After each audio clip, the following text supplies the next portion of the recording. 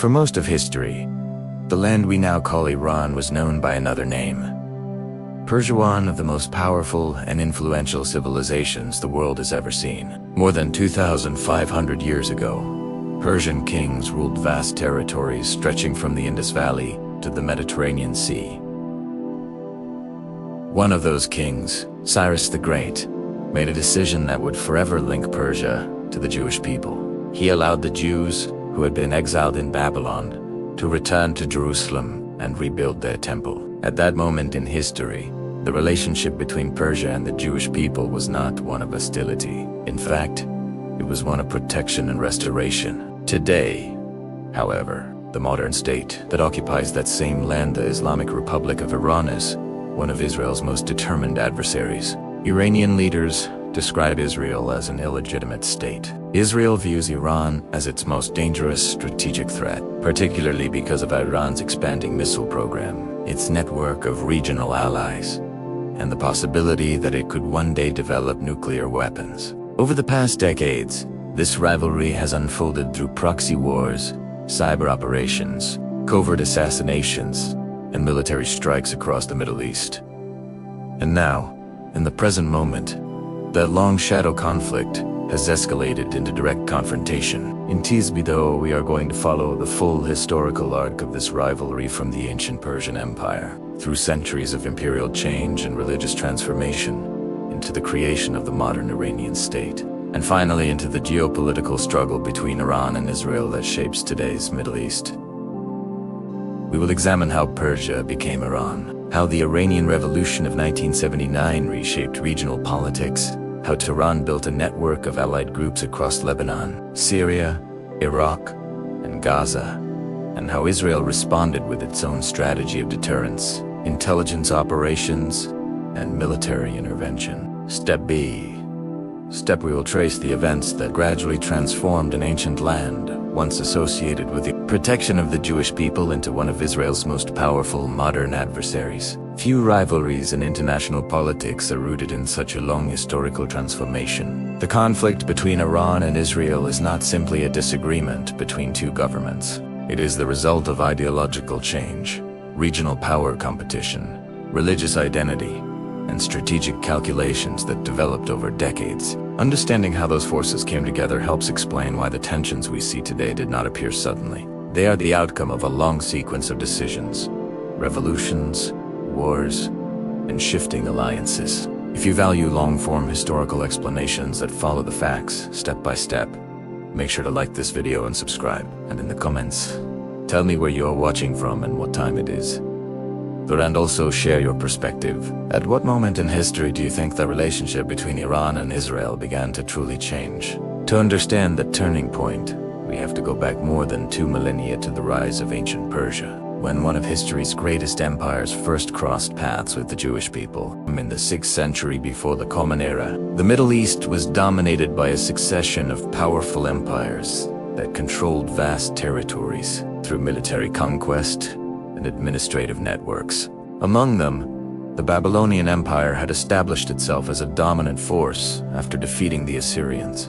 In 586 BCE, Babylonian forces under King Nebuchadnezzar II captured Jerusalem, destroyed the first temple, and deported a large portion of the Jewish population to Babylon. This event, known in Jewish history as the Babylonian Exile, profoundly shaped Jewish religious and cultural identity. For several decades, the Jewish population lived under Babylonian rule, far from their ancestral homeland. The geopolitical landscape changed dramatically in 539 BCE, when the Persian king Cyrus II, later known as Cyrus the Great, conquered Babylon. Cyrus was the founder of the Achaemenid Empire, the first Persian empire to unite large regions of the ancient Near East under a single imperial administration. Unlike many conquerors of the period, Cyrus adopted a strategy that relied not only on military dominance, but also on political accommodation. Instead of forcing subject peoples to abandon their traditions, he often allowed them to maintain their religious practices and local governance structures, provided they recognized Persian authority. One of the most significant policies attributed to Cyrus was his decision to allow displaced populations to return to their original lands and restore their religious institutions. Among those affected were the Jewish exiles in Babylon, according to the Hebrew Bible, particularly the Book of Ezra. Cyrus issued a decree permitting the Jews to return to Jerusalem and rebuild the temple that had been destroyed decades earlier. The decree also allowed the return of sacred objects taken by the Babylonians during the earlier conquest. For the Jewish community, this moment marked the beginning of the restoration of religious life in Jerusalem. This decision had long-lasting historical significance. In Jewish tradition, Cyrus is remembered as a divinely appointed figure who enabled the restoration of the temple and the reestablishment of Jewish worship in Jerusalem. In fact, the Hebrew prophet Isaiah refers to Cyrus as an instrument of God's purpose, an unusual recognition for a foreign ruler. For the Persian Empire, the policy reflected a pragmatic administrative philosophy.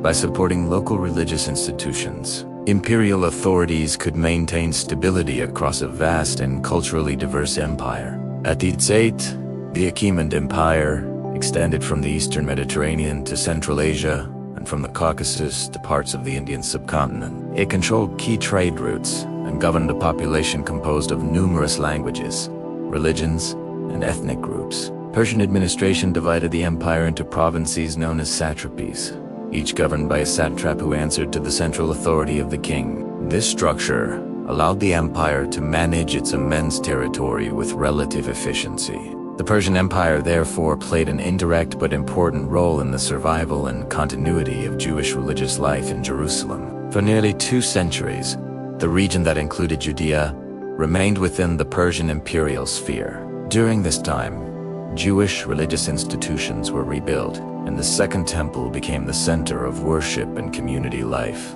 This early interaction between the Persian Empire and the Jewish people created a historical memory very different from the modern relationship between Iran and Israel. In antiquity, Persia was not an adversary of the Jewish community. Instead, it was a power that enabled their return and restoration. The next stage in the story will follow what happened to the Persian Empire itself, and how centuries of conquest, religious change, and imperial transformation eventually led to the emergence of the modern Iranian state. For nearly 2 centuries after the decree of Cyrus the Great, the region of Judea remained under Persian imperial authority. The Achaemenid rulers who followed Cyrus, including Darius I and Xerxes, continued the administrative structure that allowed local religious institutions to operate within the broader imperial system. Jerusalem and the surrounding province of Yehud functioned as a relatively small but stable part of the Persian Empire. The Second Temple in Jerusalem became the center of Jewish religious life, and many of the texts and traditions that later formed the foundation of Judaism were compiled or consolidated during this period. This mattered because the Persian imperial framework allowed Jewish communities to rebuild their social and religious institutions after the Babylonian exile. The Persian Empire itself remained one of the most powerful states of the ancient world until the 4th century BCE.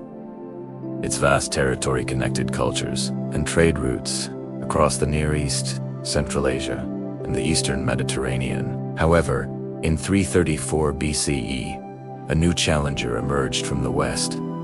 Alexander III of Macedonia, known to history as Alexander the Great. Alexander launched a campaign against the Persian Empire that would ultimately dismantle the Achaemenid state. Within a few years, Persian armies were defeated in a series of battles, including the decisive Battle of Gaugamela in 331 BCE. By 330 BC, the Achaemenid Empire had collapsed, and Alexander controlled its former territories. Alexander's conquest introduced a new cultural phase in the region known as the Hellenistic period. Greek language, administrative practices, and cultural influences spread throughout the lands that had once been governed by Persia. After Alexander's death in 323 BCE, his empire fragmented among competing generals, leading to the formation of successor states such as the Seleucid Empire. Judea and much of the Near East became part of this Hellenistic world for several centuries. Persian political power eventually re-emerged in the region through new dynasties. The Parthian Empire, beginning in the 3rd century BCE, controlled large portions of the Iranian plateau and Mesopotamia. Later, in the 3rd century CE, the Sassanid Empire rose to power and restored a strong Persian state centered in the Iranian heartland. The Sassanids promoted Zoroastrianism as an official religion and became one of the major rivals of the Roman and later Byzantine empires. For centuries, these two great powers competed across the Middle East. The decisive transformation of Persian society came in the 7th century CE with the expansion of Arab Muslim armies in a series of campaigns between 633 and 651 CE. The Sassanid Empire was defeated and incorporated into the rapidly expanding Islamic Caliphate. Over time, Persian society underwent a profound cultural and religious transformation. While Persian language and cultural traditions survived, the region gradually adopted Islam as the dominant religion. This transition from Zoroastrian Persia to Islamic Persia shaped the identity of the region for centuries to come. Persian scholars, administrators, and poets played major roles in the intellectual life of the Islamic world. Cities across the Iranian plateau became centers of learning, commerce, and culture. However, the region's political structure continued to evolve through successive dynasties and empires. By the early modern period, Persia had emerged as a major regional power once again under the Safavid dynasty, which established Shia Islam as the official state religion in the 16th century. This religious identity would later become a defining feature of modern Iran and would influence its political ideology centuries later. The long historical transformation from the ancient Persian Empire to the Islamic Persian state illustrates how dramatically the region changed over time. The Persia that once ruled the Near East and allowed the Jews to return to Jerusalem was not the same political entity that would later become the modern nation of Iran. The next act will examine how Persia entered the modern era, how it became officially known as Iran, and how its relationship with Israel began not as a rivalry but as a quiet strategic partnership.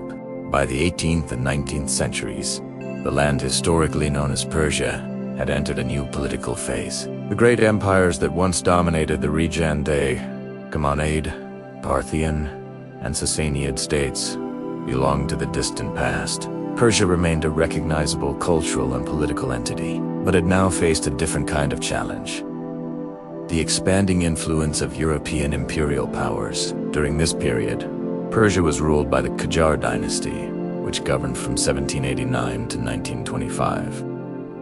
The Qajar rulers presided over a state that retained its historical identity, yet struggled to maintain sovereignty in the face of growing foreign pressure.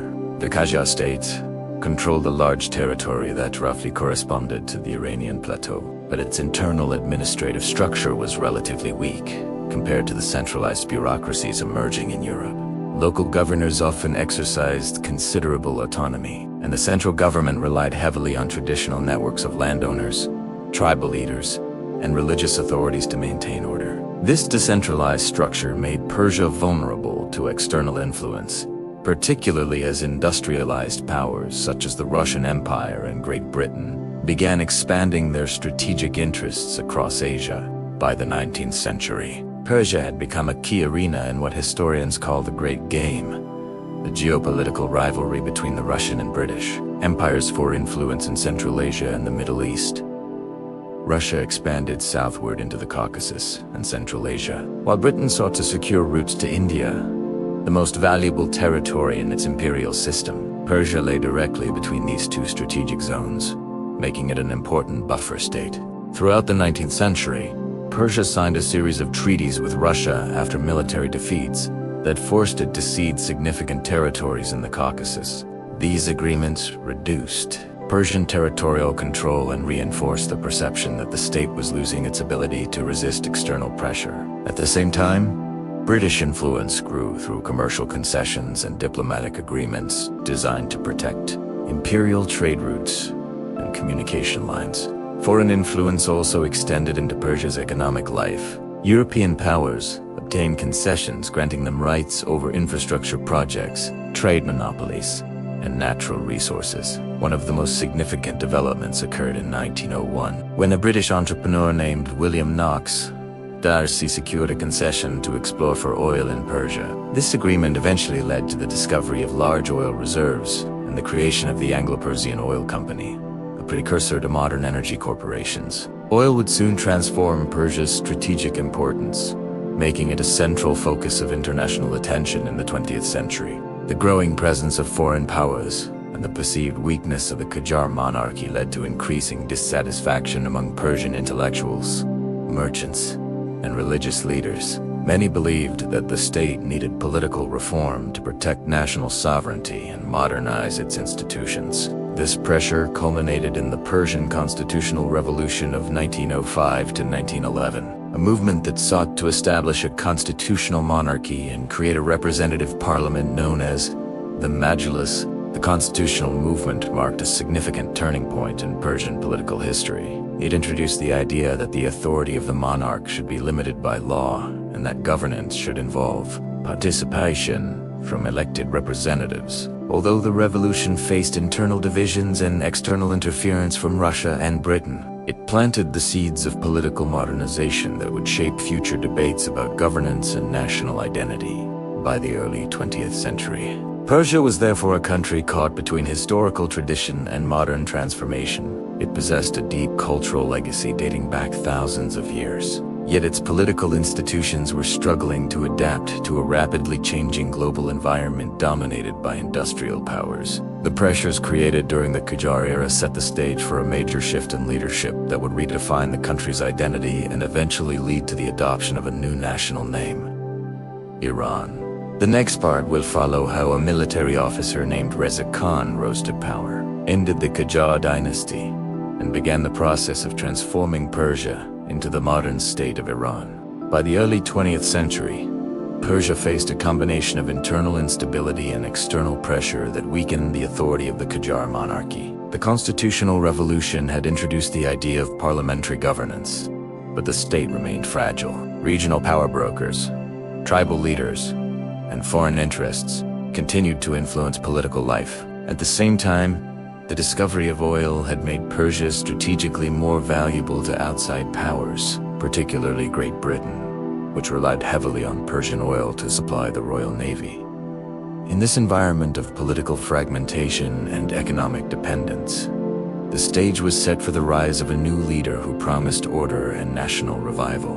That leader was Reza Khan, a military officer who had risen through the ranks of the Persian Cossack Brigade, a force originally organized with Russian assistance during the Qajar era. In 1921, Reza Khan played a central role in a coup that brought him to national prominence. The coup did not immediately abolish the Qajar monarchy, but it dramatically shifted political power. Reza Khan soon became Minister of War and later Prime Minister, positions that allowed him to consolidate authority over the military and the central administration. Reza Khan's rise occurred at a moment when many Persians believed the country needed a stronger central government to protect its sovereignty and modernize its institutions. Inspired by reform movements elsewhere, including the transformation of Turkey under Mustafa Kemal Atatürk, Reza Khan promoted a program of national consolidation and modernization. His supporters argued that Persia needed a powerful central state capable of limiting tribal autonomy, reducing foreign influence, and building modern infrastructure. In 1925, the Persian parliament formally deposed the last Qajar ruler and declared Reza Khan the new monarch. He took the name Reza Shah Pahlavi, establishing the Pahlavi dynasty. The change marked the end of more than a century of Qajar rule and the beginning of a new political era. Reza Shah's government pursued an ambitious agenda aimed at transforming Persia into a modern nation-state. One of the most symbolic changes came in 1935, when the government requested that foreign countries refer to the nation by its native name, Iran. Although the term Iran had long existed within Persian language and culture, it became the official international designation during Reza Shah's reign. The change reflected a desire to emphasize national identity rooted in the country's ancient heritage rather than its association with European descriptions of Persia. Reza Shah implemented extensive reforms across multiple sectors. He invested in transportation infrastructure, including railways and roads designed to connect distant regions of the country. He sought to strengthen the central government's authority by reducing the autonomy of tribal groups and integrating them into a unified national framework. Educational reforms expanded state-sponsored schooling, and the government promoted secular legal institutions to reduce the dominance of traditional religious courts in some areas of governance. At the same time, Reza Shah pursued policies that emphasized nationalism and state authority. His administration restricted the political power of clerical institutions and attempted to reduce the visible role of religion in public life. While these policies were intended to create a modern centralized state, they also generated resistance among religious leaders who believed the reforms threatened Islamic traditions and social norms. Reza Shah's rule also reflected the geopolitical realities of the period. Iran remained strategically important because of its location and oil resources. During the late 1930s, the government sought to balance relationships with multiple foreign powers, including Germany, Britain, and the Soviet Union. However, the outbreak of World War II dramatically altered Iran's situation. In 1941, British and Soviet forces jointly invaded Iran to secure supply routes and prevent German influence in the region. Under pressure from the occupying powers, Reza Shah was forced to abdicate the throne. His son, Mohammad Reza Pahlavi, succeeded him as the new Shah of Iran. This transition did not end the modernization project that Reza Shah had begun. Instead, it opened a new phase in which Iran would attempt to balance modernization, nationalism, and foreign alliances in a rapidly changing world. Under the younger Shah, Iran would become an increasingly important player in Cold War politics, and it would eventually form a quiet but significant partnership with a newly established state in the Middle East, Israel. The next part will examine how Iran under Mohammad Reza Shah entered the Cold War era and developed a strategic relationship with Israel that would later be transformed by revolution. When Mohammad Reza Pahlavi became Shah of Iran in 1941, the country entered a new geopolitical era shaped by the emerging Cold War. Iran's location made it strategically important to both the Western powers and the Soviet Union. It sat between Soviet territory to the north and vital oil routes to the south, while also bordering regions that were becoming increasingly central to global energy markets. During World War II, the Allied occupation of Iran had turned the country into a major supply corridor, transporting military equipment from the Persian Gulf through Iranian territory into the Soviet Union. When the war ended, this strategic importance did not disappear. Instead, it became part of the larger contest between East and West. In the late 1940s and early 1950s, Iran faced growing internal political tensions, particularly over the control of oil resources. The Anglo-Iranian Oil Company, largely controlled by British interests, dominated Iranian oil production and generated widespread resentment among Iranian nationalists who believed their country was not receiving a fair share of the profits. In 1951, Iranian Prime Minister Mohammad Mossadegh moved to nationalize the oil industry, arguing that Iran should control its own natural resources. The decision triggered a severe confrontation with Britain, which imposed economic pressure and sought international support to reverse the nationalization. The crisis reached a turning point in 1953, when a coup removed Mossadegh from power. The operation involved cooperation between Iranian royalist factions and Western intelligence services, particularly the CIA and MI6. After the coup, Mohammad Reza Shah returned to power with strengthened authority. The Shah's government increasingly aligned itself with Western strategic interests, especially those of the United States. This alignment would shape Iran's foreign policy for the next quarter century. During this same period, a new state had emerged in the Middle East. In 1948, the establishment of Israel created a new political reality across the region. Many Arab states opposed Israel's creation and fought wars against it, but Iran's position was more complex. Although Iran did not establish full diplomatic relations with Israel in the early years, the two countries developed a quiet strategic relationship based on shared interests. Both Iran and Israel viewed certain regional developments with concern. The rise of Arab nationalist movements, particularly under Egyptian leader Gamal Abdel Nasser, challenged the influence of non-Arab states in the region. Nasser promoted a form of pan-Arab nationalism that positioned itself against both Western influence and regional rivals. For Iran and Israel, this ideological movement created overlapping strategic concerns. As a result, Iran and Israel began cooperating discreetly in several areas. Economic exchanges developed, particularly involving oil supplies and commercial links. Intelligence agencies also established channels of communication, sharing information on regional security developments. This cooperation was not widely publicized, partly because Iran was a Muslim-majority country and public recognition of close ties with Israel could provoke domestic criticism. Nevertheless, behind the scenes, the two governments maintained a working relationship. The Shah's broader strategy was to position Iran as a modernizing power, aligned with Western institutions. Iran joined security arrangements such as the Central Treaty Organization (CENTO), a Cold War alliance designed to contain Soviet expansion. The United States provided military assistance, training, and economic support to strengthen Iran's role as a regional partner. Domestically, the Shah pursued a series of modernization initiatives known as the White Revolution during the 1960s. These reforms included land redistribution, expanded education, infrastructure development, and efforts to promote industrial growth. The program aimed to transform Iran into a modern state with a strong centralized government and a growing middle class. However, the modernization process also produced significant social and political tensions. Some religious leaders criticized the Shah's policies for weakening traditional institutions and promoting Western cultural influence. Others opposed the authoritarian nature of the regime, which relied on a powerful security apparatus to suppress dissent. Among the critics emerging during this period was a cleric named Ruhollah Khomeini, who argued that the Shah's government had abandoned Islamic principles and allowed foreign powers too much influence over Iran's affairs. Khomeini's opposition would eventually grow into a revolutionary movement that would transform Iran's political system, dramatically alter its relationship with Israel. The next part of this act will follow how the mounting dissatisfaction with Desai's rule led to the Iranian Revolution of 1979, an event that reshaped the country's identity and turned Iran into one of Israel's most determined adversaries. By the 1970s, Iran under Mohammad Reza Shah had become one of the most strategically important countries in the Middle East.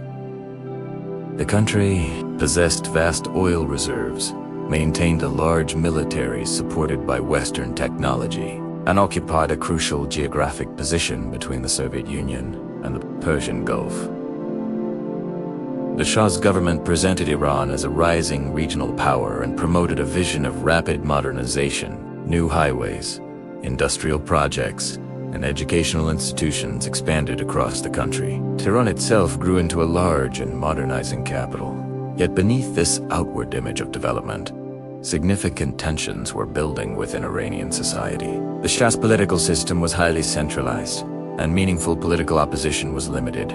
The government relied heavily on a powerful internal security organization known as SEC, which monitored political dissent and suppressed movements viewed as threats to the regime. While the state emphasized modernization and economic growth, many citizens felt excluded from political participation and concerned about the pace and direction of social change. Economic inequality also contributed to dissatisfaction. Oil revenues fueled ambitious development projects, but the benefits of this wealth were not distributed evenly across society. Rapid urbanization created pressure on housing, employment, and social services in major cities. At the same time, many traditional sectors of society, including rural communities and religious institutions, felt that the modernization policies of the state were eroding long-standing cultural structures. Religious leaders became some of the most vocal critics of the Shah's government. Among them was Ayatollah Ruhollah Khomeini, a cleric who had previously opposed the Shah's reforms during the early 1960s.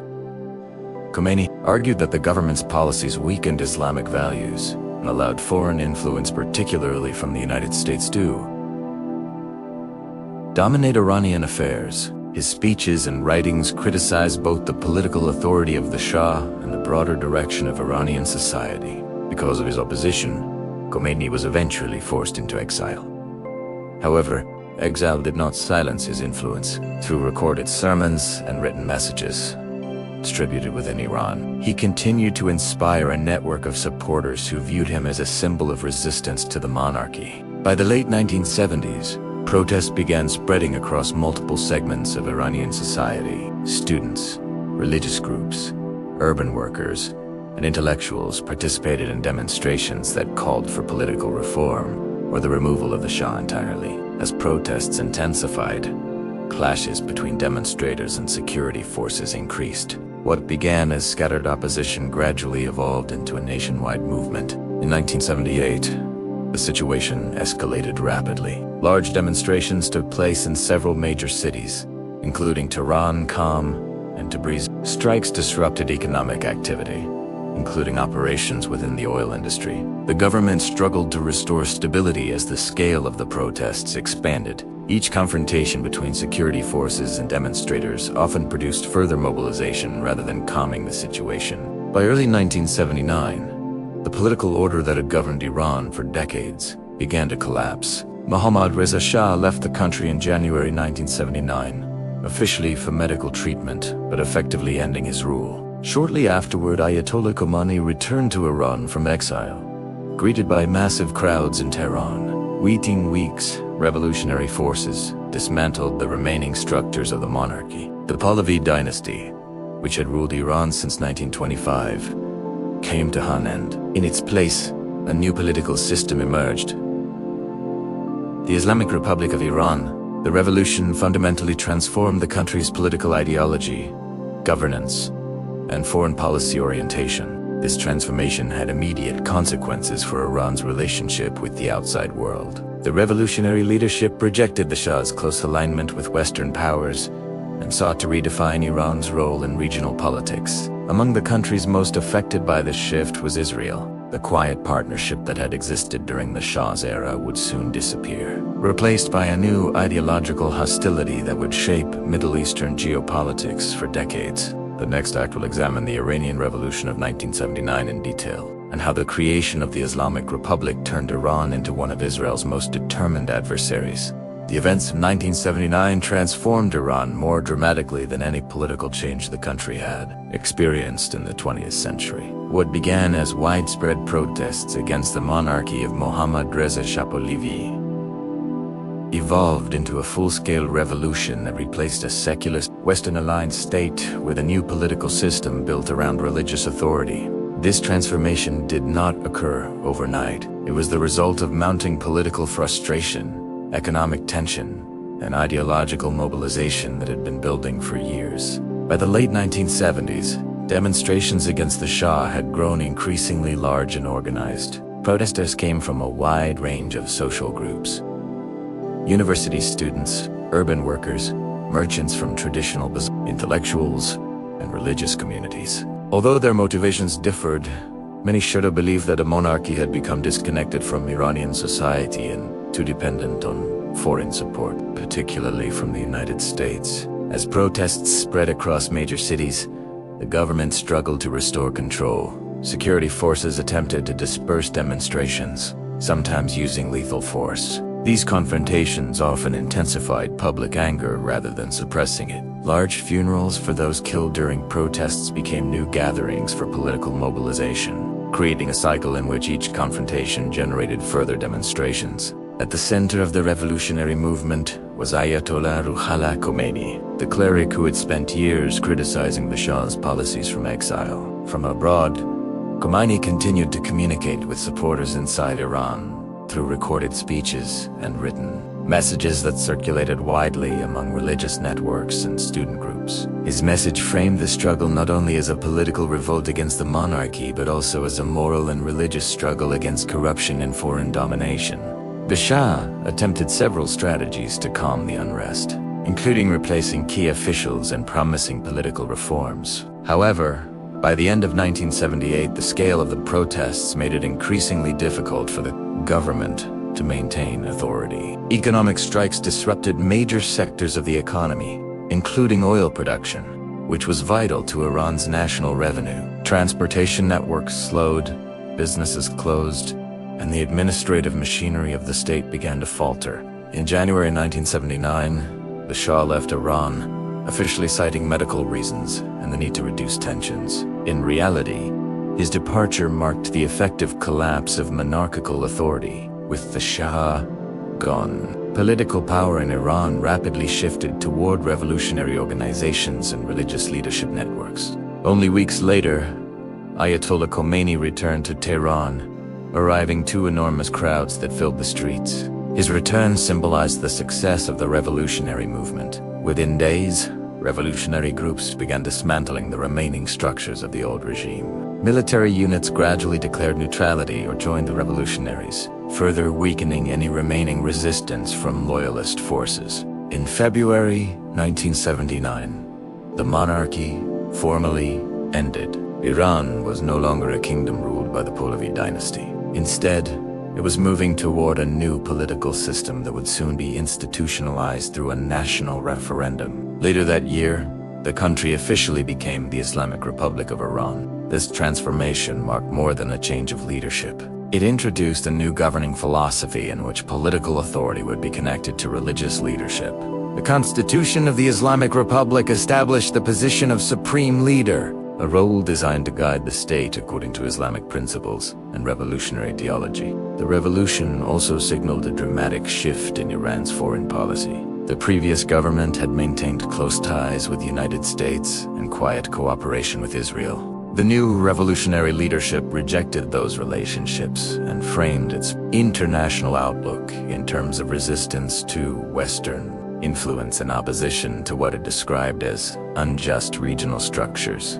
This ideological transformation would soon reshape Iran's relationship with Israel, turning a previously discrete partnership into a long-term rivalry defined by hostility, strategic competition, and regional confrontation. The next part will examine how the new Islamic Republic defined its worldview and why Israel quickly became one of its central adversaries. After the fall of the monarchy in 1979, the new leadership of Iran began constructing a political system that combined religious authority with state governance. The Islamic Republic of Iran was founded on the concept of Vilayat-e Faqih, often translated as the guardianship of the Islamic jurist.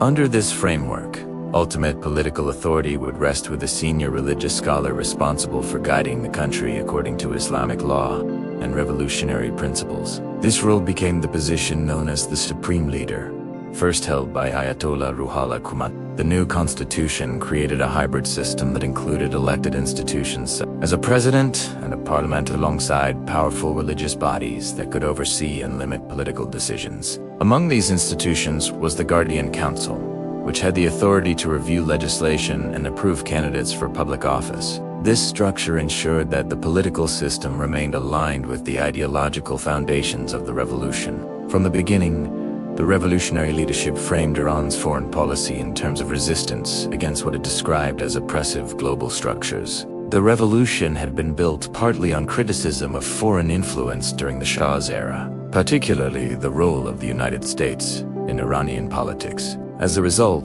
the new government adopted a posture that rejected Western political dominance and sought to position Iran as a leader of resistance within the broader Muslim world. One of the most dramatic early confrontations between the Islamic Republic and the United States occurred in November 1979, when Iranian students seized the U.S. Embassy in Tehran and took dozens of American diplomats hostage. The hostage crisis lasted 444 days and became a defining moment in the early years of the Islamic Republic.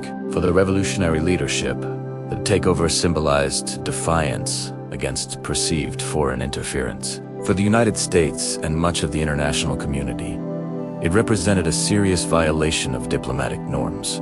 This period also marked the beginning of a profound shift in Iran's relationship with Israel. Under the Shah, Iran had maintained quiet but meaningful cooperation with Israel in areas such as intelligence and trade. The revolutionary government quickly ended those connections. Israel was no longer treated as a discrete regional partner, but as a political adversary. Ayatollah Khomeini and other revolutionary leaders Israel as an illegitimate state established through injustice against the Palestinian people. The Iranian government adopted a policy that openly supported Palestinian movements opposing Israel. The Israeli embassy in Tehran, which had operated during the Shah's era, was closed and eventually handed over to representatives of the Palestine Liberation Organization. This shift reflected both ideological and geopolitical considerations. Ideologically, the new Iranian leadership framed the Palestinian cause as a central issue in the broader struggle against what it described as Western-backed power structures in the Middle East.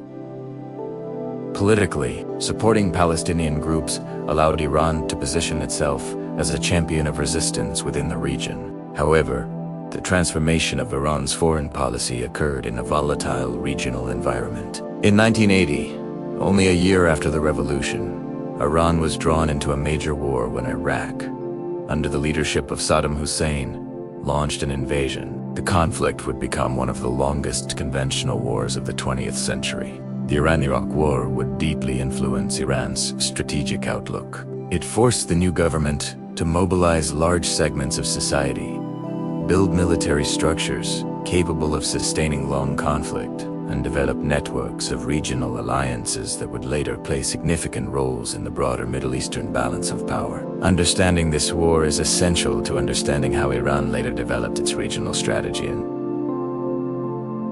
including its support for armed groups beyond its borders. These developments would eventually bring Iran into indirect confrontation with Israel across multiple arenas. The next part will examine the Iranian War and how the experience of that conflict shaped Iran's military doctrine and its long-term strategy in the Middle East. Only a year after the Iranian Revolution reshaped the country's political system, the new Islamic Republic faced a major external threat. In September 1980, the neighboring state of Iraq, led by President Saddam Hussein, launched a large-scale invasion of Iranian territory. The conflict began with Iraqi forces crossing the border into southwestern Iran, targeting regions that included important oil-producing areas and key transportation routes. Saddam Hussein believed that Iran's recent revolution had weakened its military and political institutions, creating an opportunity to secure territorial advantages and expand Iraqi influence in the Persian Gulf.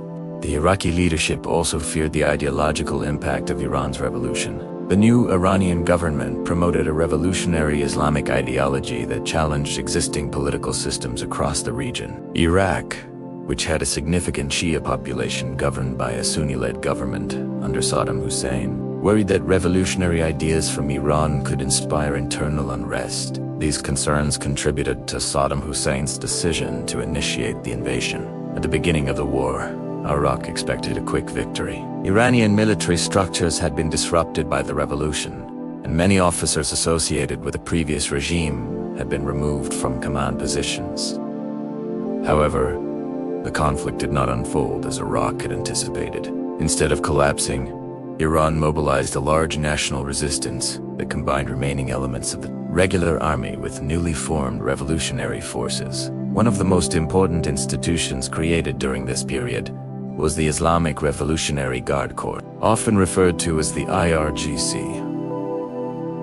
Originally established to defend the revolution internally, the IRGC rapidly expanded during the war. It developed into a powerful military organization with its own command structures, training systems, and strategic doctrine, alongside the regular Iranian military. The IRGC played a central role in defending Iranian territory and launching counteroffensives against Iraqi forces. The Iran-Iraq War quickly turned into a long and destructive conflict. Over the next 8 years, both countries conducted large-scale military operations along a shifting front line. The war involved trench warfare, artillery bombardments, and major offensives that often produced heavy casualties. Cities on both sides of the border were targeted with missile attacks during what became known as the War of the Cities. The conflict also drew international attention because of its strategic implications. Several regional and global powers supported Iraq in different ways. Concerned that the revolutionary government in Iran might expand its influence across the Middle East, Iran, meanwhile, relied heavily on internal mobilization and ideological commitment to sustain its war effort. The war had a profound impact on Iran's military thinking. Facing international isolation and limited access to advanced weapons, Iranian strategists developed alternative approaches to national defense. These included emphasis on asymmetric tactics, missile development, and the creation of allied networks beyond Iran's borders. The experience of fighting a prolonged conflict under conditions of limited resources reinforced the belief among Iranian leaders that national security required a combination of conventional defense and indirect strategic influence. The war finally ended in 1988, after both sides suffered enormous economic damage and human losses. The ceasefire left borders largely unchanged, but the conflict transformed Iran's military and political outlook. The RGC emerged from the war as one of the most powerful institutions within the Iranian state, and its strategic role would continue to expand in the following decades. This period also laid the groundwork for Iran's future regional strategy. Rather than relying solely on direct confrontation with rival states, Iranian leaders began developing relationships with allied groups across the Middle East. These alliances would later become central to Iran's influence in countries such as Lebanon, Syria, and Iraq. The next part will examine how Iran's regional strategy expanded after the war, and how the creation of groups like Hezbollah in Lebanon brought Iran into a growing indirect conflict with Israel. When the Iran-Iraq War ended in 1988, the Islamic Republic emerged from the conflict deeply scarred but politically consolidated. The war had strengthened revolutionary institutions, particularly the Islamic Revolutionary Guard, Khorzai, and reinforced the belief among Iranian leaders that national security depended not only on defending Iran's borders, but also on shaping the regional balance of power beyond them. This strategic thinking gradually evolved into what analysts later described as Iran's forward defense doctrina system, in which Tehran would build alliances and influence across the Middle East through local partners rather than relying solely on direct military confrontation. One of the earliest and most significant examples of this strategy developed in Lebanon during the early 1980s. Lebanon at the time was experiencing a prolonged civil war that had drawn in multiple regional and international actors. In 1982, Israel invaded Lebanon in an operation aimed at weakening the Palestine Liberation Organization, which had established bases in the country's south. The invasion dramatically altered Lebanon's political and security environment and created conditions in which new armed groups began to emerge. Among these groups was Hezbollah, an organization that would soon become one of the most powerful non-state actors in the Middle East. Hezbollah was formed primarily among Lebanon's Shia Muslim communities, many of whom felt marginalized within Lebanon's complex political system and affected by the ongoing conflict. Iranian support played an important role in the early development of the organization. Members of Iran's Revolutionary Guard traveled to Lebanon's Bekaa Valley, where they helped train and organize militant networks that eventually became part of Hezbollah's structure. Hezbollah's stated objectives included resisting Israeli military presence in southern Lebanon and promoting political influence for Lebanon's Shia population. Over time, the group developed both a military wing and a political presence within Lebanese institutions. While Hezbollah operated as a Lebanese organization, its relationship with Iran remained strong. Tehran provided financial assistance, training, and logistical support, viewing Hezbollah as an important partner within its broader regional strategy. For Israel, Hezbollah quickly became a major security concern. Throughout the 1980s and 1990s, Hezbollah conducted attacks against Israeli forces and allied militias operating in southern Lebanon. Israel responded with military operations aimed at reducing Hezbollah's capabilities and protecting its northern border. This confrontation created a pattern that would repeat in different forms across the region. Iran supporting allied groups, and Israel responding through military deterrence and intelligence operations. The conflict between Israel and Hezbollah intensified during the 1990s and early 2000s. In 2000, Israel withdrew its forces from southern Lebanon after nearly 2 decades of military presence. Hezbollah declared the withdrawal a victory for its resistance strategy. However, tensions along the border did not disappear. In 2006, a cross-border raid by Hezbollah triggered a major war between Israel and the group, leading 2 weeks of fighting and extensive destruction in parts of Lebanon. The rivalry between Iran and Israel had evolved into a complex proxy conflict. Rather than confronting each other directly, the two states often competed through allies and influence networks in multiple arenas. Iran expanded relationships with armed groups and political movements across the region, including in Lebanon, Syria, and later Iraq. Israel responded with its own strategy that combined military deterrence, intelligence operations, and targeted strikes against threats linked to Iranian influence. This indirect struggle gradually extended beyond Lebanon as political crises and conflicts unfolded across the Middle East.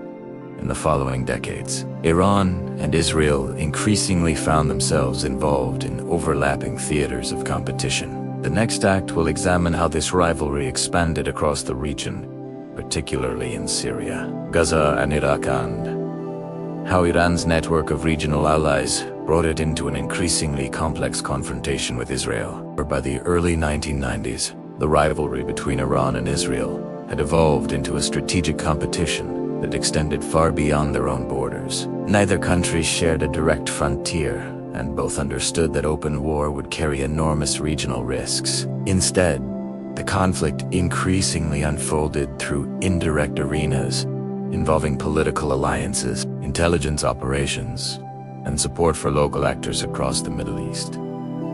This approach became one of the defining characteristics of the Iran-Israel confrontation in the decades that followed. For Iran, the experience of the Iran-Iraq War had reinforced a central lesson.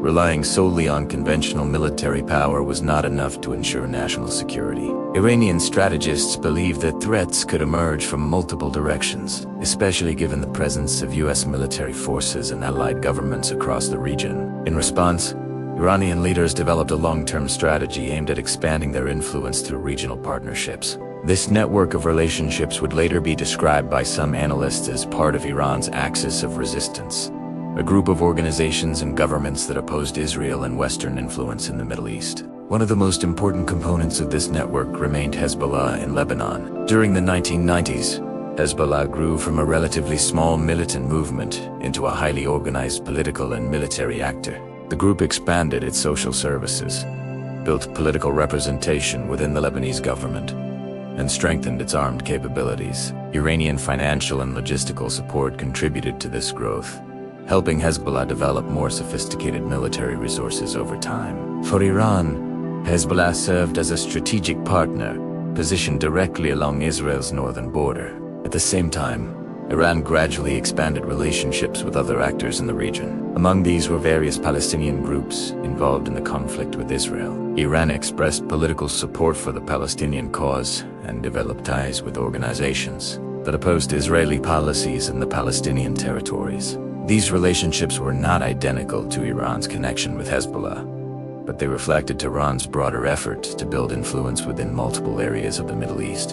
Another critical arena for Iran's regional strategy was Syria. During the 1980s and 1990s, Syria under President Hafez al-Assad maintained a strategic partnership with Iran. Although the Syrian government was secular and based on Arab nationalist ideology, the two countries shared common geopolitical interests, including opposition to Saddam Hussein's Iraq and concern about Israeli military power. This partnership created a land corridor linking Iran to Lebanon through Syrian territory, facilitating communication and logistical coordination with Hezbollah. For Israel, the emergence of this network created new security challenges. Israeli military planners increasingly viewed Iran not only as a distant state but as a power capable of influencing events across several neighboring regions. Hezbollah's growing arsenal of rockets and missiles raised concerns about the vulnerability of Israeli cities in the north. Meanwhile, Iran's political connections with Palestinian groups contributed to Israeli fears that Tehran was attempting to surround Israel with hostile forces.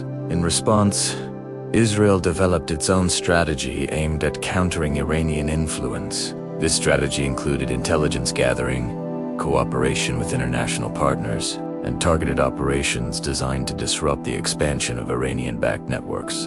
Israeli intelligence agencies closely monitored the activities of Hezbollah and other groups linked to Iran, seeking to prevent the transfer of advanced weapons and to limit the development of new military capabilities along Israel's borders.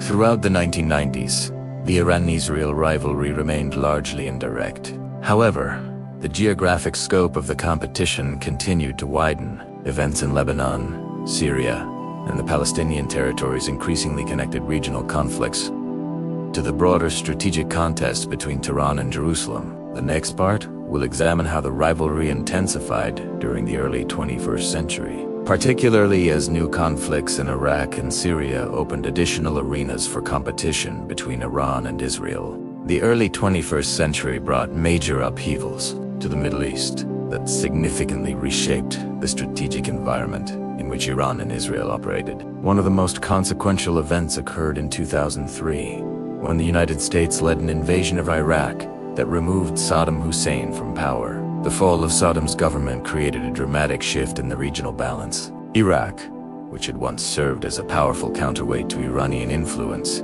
entered a prolonged period of instability marked by political fragmentation and violent insurgency. For Iran, the collapse of Saddam Hussein's regime presented both opportunity and risk. On one hand, Iran had fought a devastating 8-year war against Iraq in the 1980s, and the removal of Saddam eliminated one of its most dangerous adversaries. On the other hand, the presence of large numbers of American troops in neighboring Iraq created a new strategic concern for Tehran. Iranian leaders feared that U.S. forces stationed so close to their borders could eventually threaten Iran itself. In response, Iran adopted a complex strategy in Iraq that combined diplomacy, political influence, and support for local groups. Tehran developed relationships with various Iraqi political parties, particularly those representing Shia communities that had long been marginalized under Saddam's rule. Some armed militias in Iraq also developed ties with Iranian institutions, especially with units of the Islamic Revolutionary Guard Corps responsible for external operations. These developments gradually expanded Iran's influence within Iraq's evolving political landscape. Over time, Iranian-linked networks became important actors in Iraqi politics and security. This growing influence worried several regional governments, including Israel, which viewed Iran's expanding regional reach as a potential strategic At the same time, Syria remained a crucial component of Iran's regional strategy. The long-standing partnership between Iran and the Syrian government continued into the early 21st century under President Bashar al-Assad, who succeeded his father in 2000. Syria provided Iran with geographic access to Lebanon, and therefore to Hezbollah. Maintaining this connection became increasingly important for Iran's ability to support its regional allies. In 2011, the Middle East entered another period of transformation when a wave of protests and uprisings known as the Arab Spring spread across several countries. In Syria, demonstrations against the Assad government escalated into a complex and prolonged civil war. As the conflict intensified, multiple international and regional actors became involved, turning Syria into one of the most contested battlefields in modern Middle Eastern history. For Iran, the survival of the Syrian government was strategically vital. If Assad's government collapsed, Iran risked losing its primary land route to Lebanon and its most important regional partner. As a result, Iran provided extensive support to the Syrian government. Iranian advisors, logistical assistance, and allied forces contributed to efforts aimed at stabilizing the position during the most difficult phases of the conflict. Israel watched these developments with growing concern. The Syrian civil war created opportunities for Iranian forces and allied groups to establish positions closer to Israel's borders. Israeli officials feared that advanced weapons systems, including missiles and precision-guided munitions, could be transferred through Syrian territory to Hezbollah and Lebanon. In response, Israel launched a series of airstrikes, targeting weapons, shipments, and military infrastructure linked to Iranian forces operating in Syria.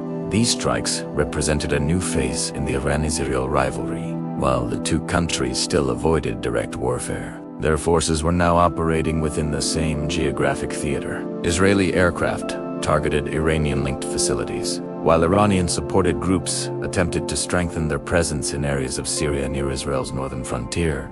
This evolving situation transformed Syria into one of the most important arenas of indirect confrontation between Iran and Israel. Military operations, intelligence activities, and strategic maneuvering within the Syrian conflict increasingly reflected the broader rivalry between the two states. The next part will examine how technological developments including cyber operations, covert sabotage, and targeted assassinations added new dimensions to the Iran-Israel confrontation. During the following decade, by the late 2000s and early 2010s, the rivalry between Iran and Israel had expanded beyond traditional military arenas into what analysts often describe as the shadow war. Unlike conventional warfare, the shadow war involved covert operations, cyber attacks, sabotage of strategic facilities, and targeted intelligence actions designed to weaken an adversary without triggering open conflict. These activities were rarely acknowledged officially by the governments involved, but their impact was widely recognized across the region. One of the central issues driving this phase of the rivalry was Iran's nuclear program. Iranian leaders insisted that the program was intended for civilian purposes, including energy production and scientific research. However, several governments, including Israel and the United States, expressed concern that Iran might eventually develop nuclear weapons capabilities. Israel in particular viewed the possibility of a nuclear-armed Iran as a serious threat to its national security. Because of these concerns, international pressure on Iran increased during the late 2000s. Economic sanctions were imposed by the United Nations, the United States, and the European Union in an effort to slow Iran's nuclear development and encourage diplomatic negotiations. These sanctions affected Iran's financial system, energy exports, and international trade. At the same time, a series of covert actions began targeting Iran's nuclear infrastructure. One of the most widely discussed incidents occurred around 2010, when a sophisticated computer worm known as Stuxnet disrupted operations at Iran's uranium enrichment facility in Natanz. The malware caused centrifuges used for uranium enrichment to malfunction while concealing the damage from monitoring systems. Although the exact origins of Stuxnet were never officially confirmed, cybersecurity experts widely believed that it was developed through cooperation between Israeli and American intelligence services. The Stuxnet operation demonstrated how cyber technology could be used to damage strategic infrastructure without launching traditional military attacks. It also signaled the emergence of a new domain in international conflict, where digital systems could become targets in geopolitical competition. In addition to cyber operations, several Iranian nuclear scientists were assassinated during the early 2010s. These incidents involved explosive devices and targeted attacks carried out in Tehran. Iranian authorities blamed foreign intelligence services, particularly Israel's Mossad, for these operations. Israeli officials rarely commented publicly on such accusations, maintaining the long-standing policy of ambiguity regarding covert actions. From Israel's perspective, these operations were part of a broader effort to delay or disrupt Iran's potential development of nuclear weapons capabilities. Israeli leaders frequently stated that they would not allow Iran to acquire nuclear weapons and reserve the right to take preventive measures, if necessary. For Iran, however, the attacks reinforced the perception that external forces were attempting to undermine its sovereignty and technological progress.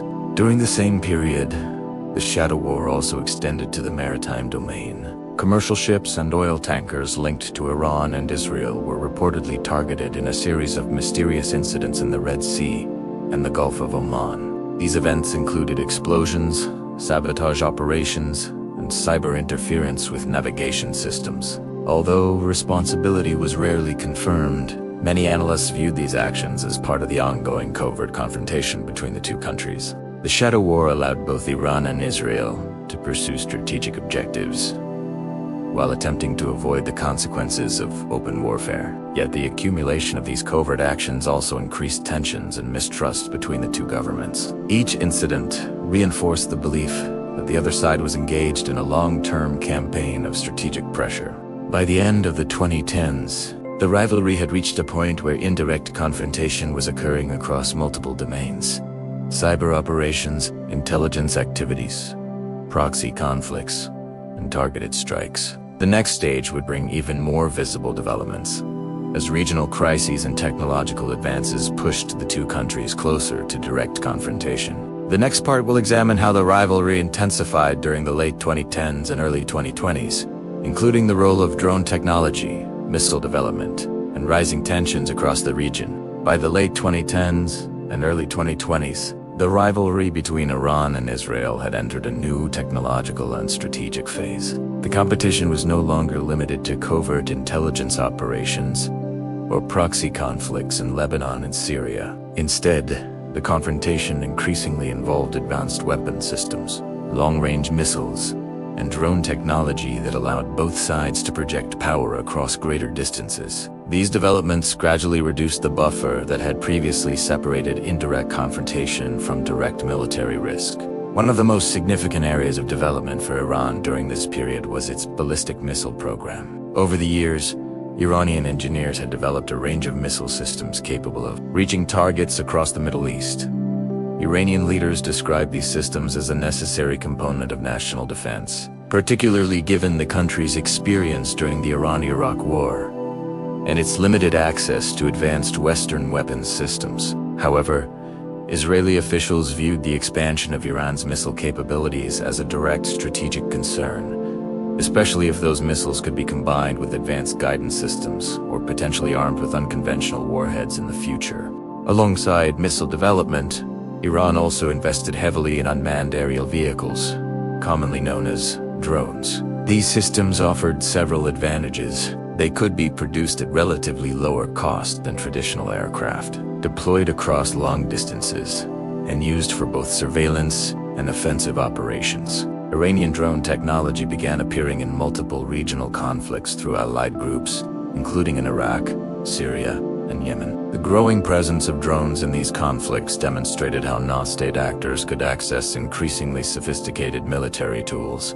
For Israel, these developments reinforced the perception that Iranian influence was expanding through multiple channels at once. Israeli military planners were particularly concerned about the possibility that advanced missiles and drones could be transferred to Hezbollah in Lebanon. Hezbollah already possessed a large arsenal of rockets capable of striking northern Israel, and Israeli officials feared that more precise systems could significantly increase the threat to Israeli cities and infrastructure. As a result, Israel continued its strategy of preventive operations. Israeli airstrikes in Syria targeted weapons, shipments, and facilities linked to Iranian forces or allied militias. These operations aimed to disrupt the transfer of advanced weapons to Hezbollah and prevent the establishment of permanent Iranian military infrastructure near Israel's borders. While these strikes often avoided direct engagement with Iranian forces, they signaled Israel's determination to limit Iran's regional military footprint.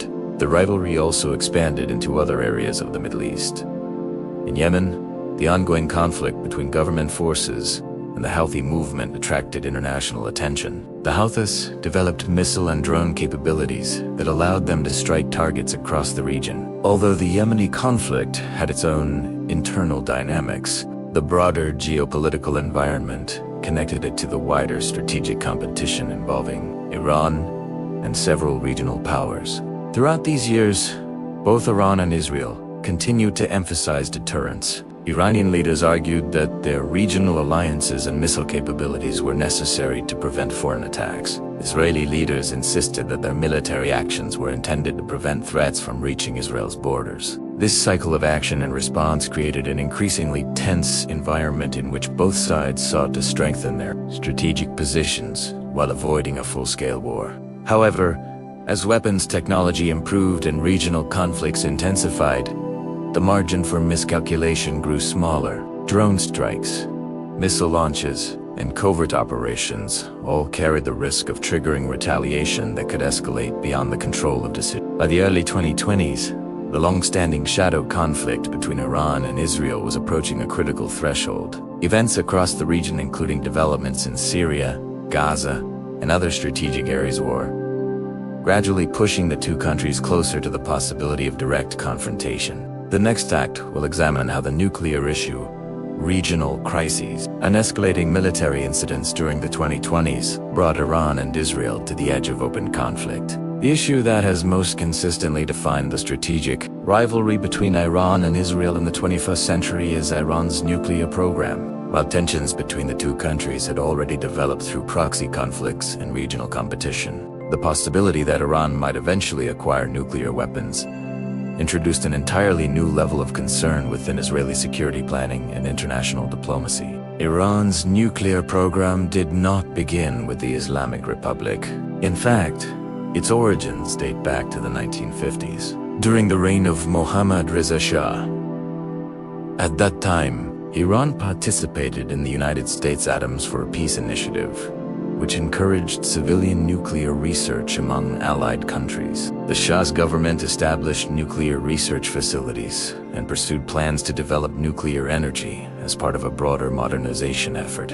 After the 1979 revolution, Many of these early nuclear projects were temporarily halted as the new Islamic Republic reorganized the country's political and economic institutions. However, by the late 1980s and early 1990s, Iranian leaders began gradually rebuilding the nuclear program. Several factors influenced this decision. The experience of the Iran-Iraq War had demonstrated the vulnerability of Iran's infrastructure, and Iranian strategists believed that advanced technology could strengthen the country's long-term security and energy independence.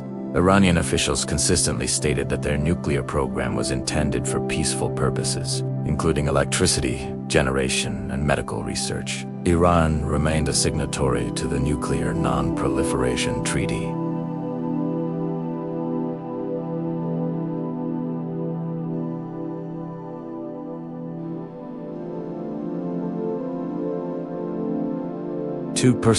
which allows member states to develop civilian nuclear technology, while prohibiting the development of nuclear weapons. However, concerns grew within the international community as details about certain nuclear facilities began to emerge. In 2002, previously undisclosed nuclear sites at Natanz in Iraq were publicly revealed. The Natanz facility contains centrifuges designed to enrich uranium, a process that can be used to produce fuel for nuclear power plants, but can also be adapted to produce materials suitable for nuclear weapons, if enriched to higher levels. The Arak facility involved heavy water reactor technology, which raised additional questions among international inspectors. These revelations triggered a series of investigations by the International Atomic Energy Agency. Inspectors sought to verify whether Iran's nuclear activities remained within the limits permitted by international agreements. The findings led to increasing diplomatic pressure and negotiations involving Iran and several major world powers. For Israel, the nuclear issue quickly became one of the most urgent strategic challenges. Israeli leaders argued that a nuclear-armed Iran could dramatically alter the balance of power. In the Middle East, Israel itself was widely believed to possess nuclear capabilities, although it has long maintained a policy of strategic ambiguity regarding its nuclear arsenal. Israeli officials feared that if Iran acquired nuclear weapons, it could embolden Iran's regional allies and reduce Israel's ability to deter threats. Throughout the 2000s, Israeli leaders repeatedly stated that they would not allow Iran to develop nuclear weapons. At the same time, the United States and European governments pursued diplomatic negotiations aimed at limiting Iran's nuclear activities in exchange for the removal of economic sanctions. These negotiations were complex and often contentious. Iran insisted on its right to peaceful nuclear technology under international law, while Western governments sought assurances that the program would not lead to weapons development. The disagreements produced years of diplomatic tension, economic sanctions, and intermittent negotiations. As the nuclear issue grew more central to international diplomacy, the confrontation between Iran and Israel expanded beyond regional conflicts into global strategic discussions. Intelligence agencies, diplomats, and military planners all recognized that the outcome of the nuclear question could shape the future balance of power across the Middle East. The next part will examine the diplomatic efforts that led to the 2015 nuclear agreement, known as the Joint Comprehensive Plan of Action, and how that agreement attempted to reduce tensions surrounding Iran's nuclear program. By the early 2010s, the dispute over Iran's nuclear program had become one of the most important diplomatic issues in international politics. Years of negotiations, inspections, and sanctions had created a tense environment in which multiple governments were trying to prevent further escalation while also protecting their strategic interests. Iran continued to expand aspects of its nuclear infrastructure, while Western governments imposed increasingly severe economic sanctions aimed at pressuring Tehran into accepting stricter limitations. The sanctions had significant consequences for Iran's economy. Restrictions on financial transactions, oil exports, and international banking systems made it more difficult for Iran to sell energy resources and conduct trade with foreign partners.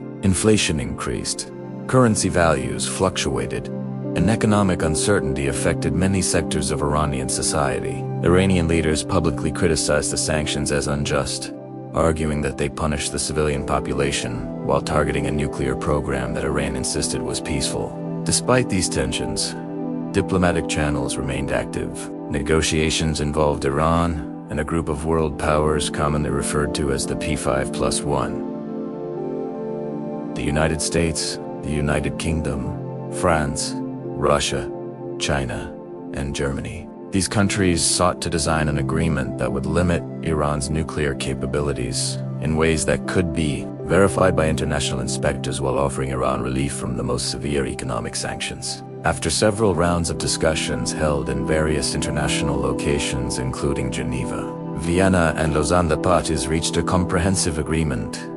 In July 2015, known as the Joint Comprehensive Plan of Action, or JCPOA, the agreement established a detailed framework governing Iran's nuclear activities for a specified period of time. Under the terms of the JCPOA, Iran agreed to reduce the number of centrifuges operating at the Natanz facility, limit the level of uranium enrichment, and redesign the Arak heavy water reactor so that it could not produce weapons-grade plutonium. In addition, Iran agreed to allow expanded inspections by the International Atomic Energy Agency, giving inspectors greater access to nuclear facilities and related infrastructure.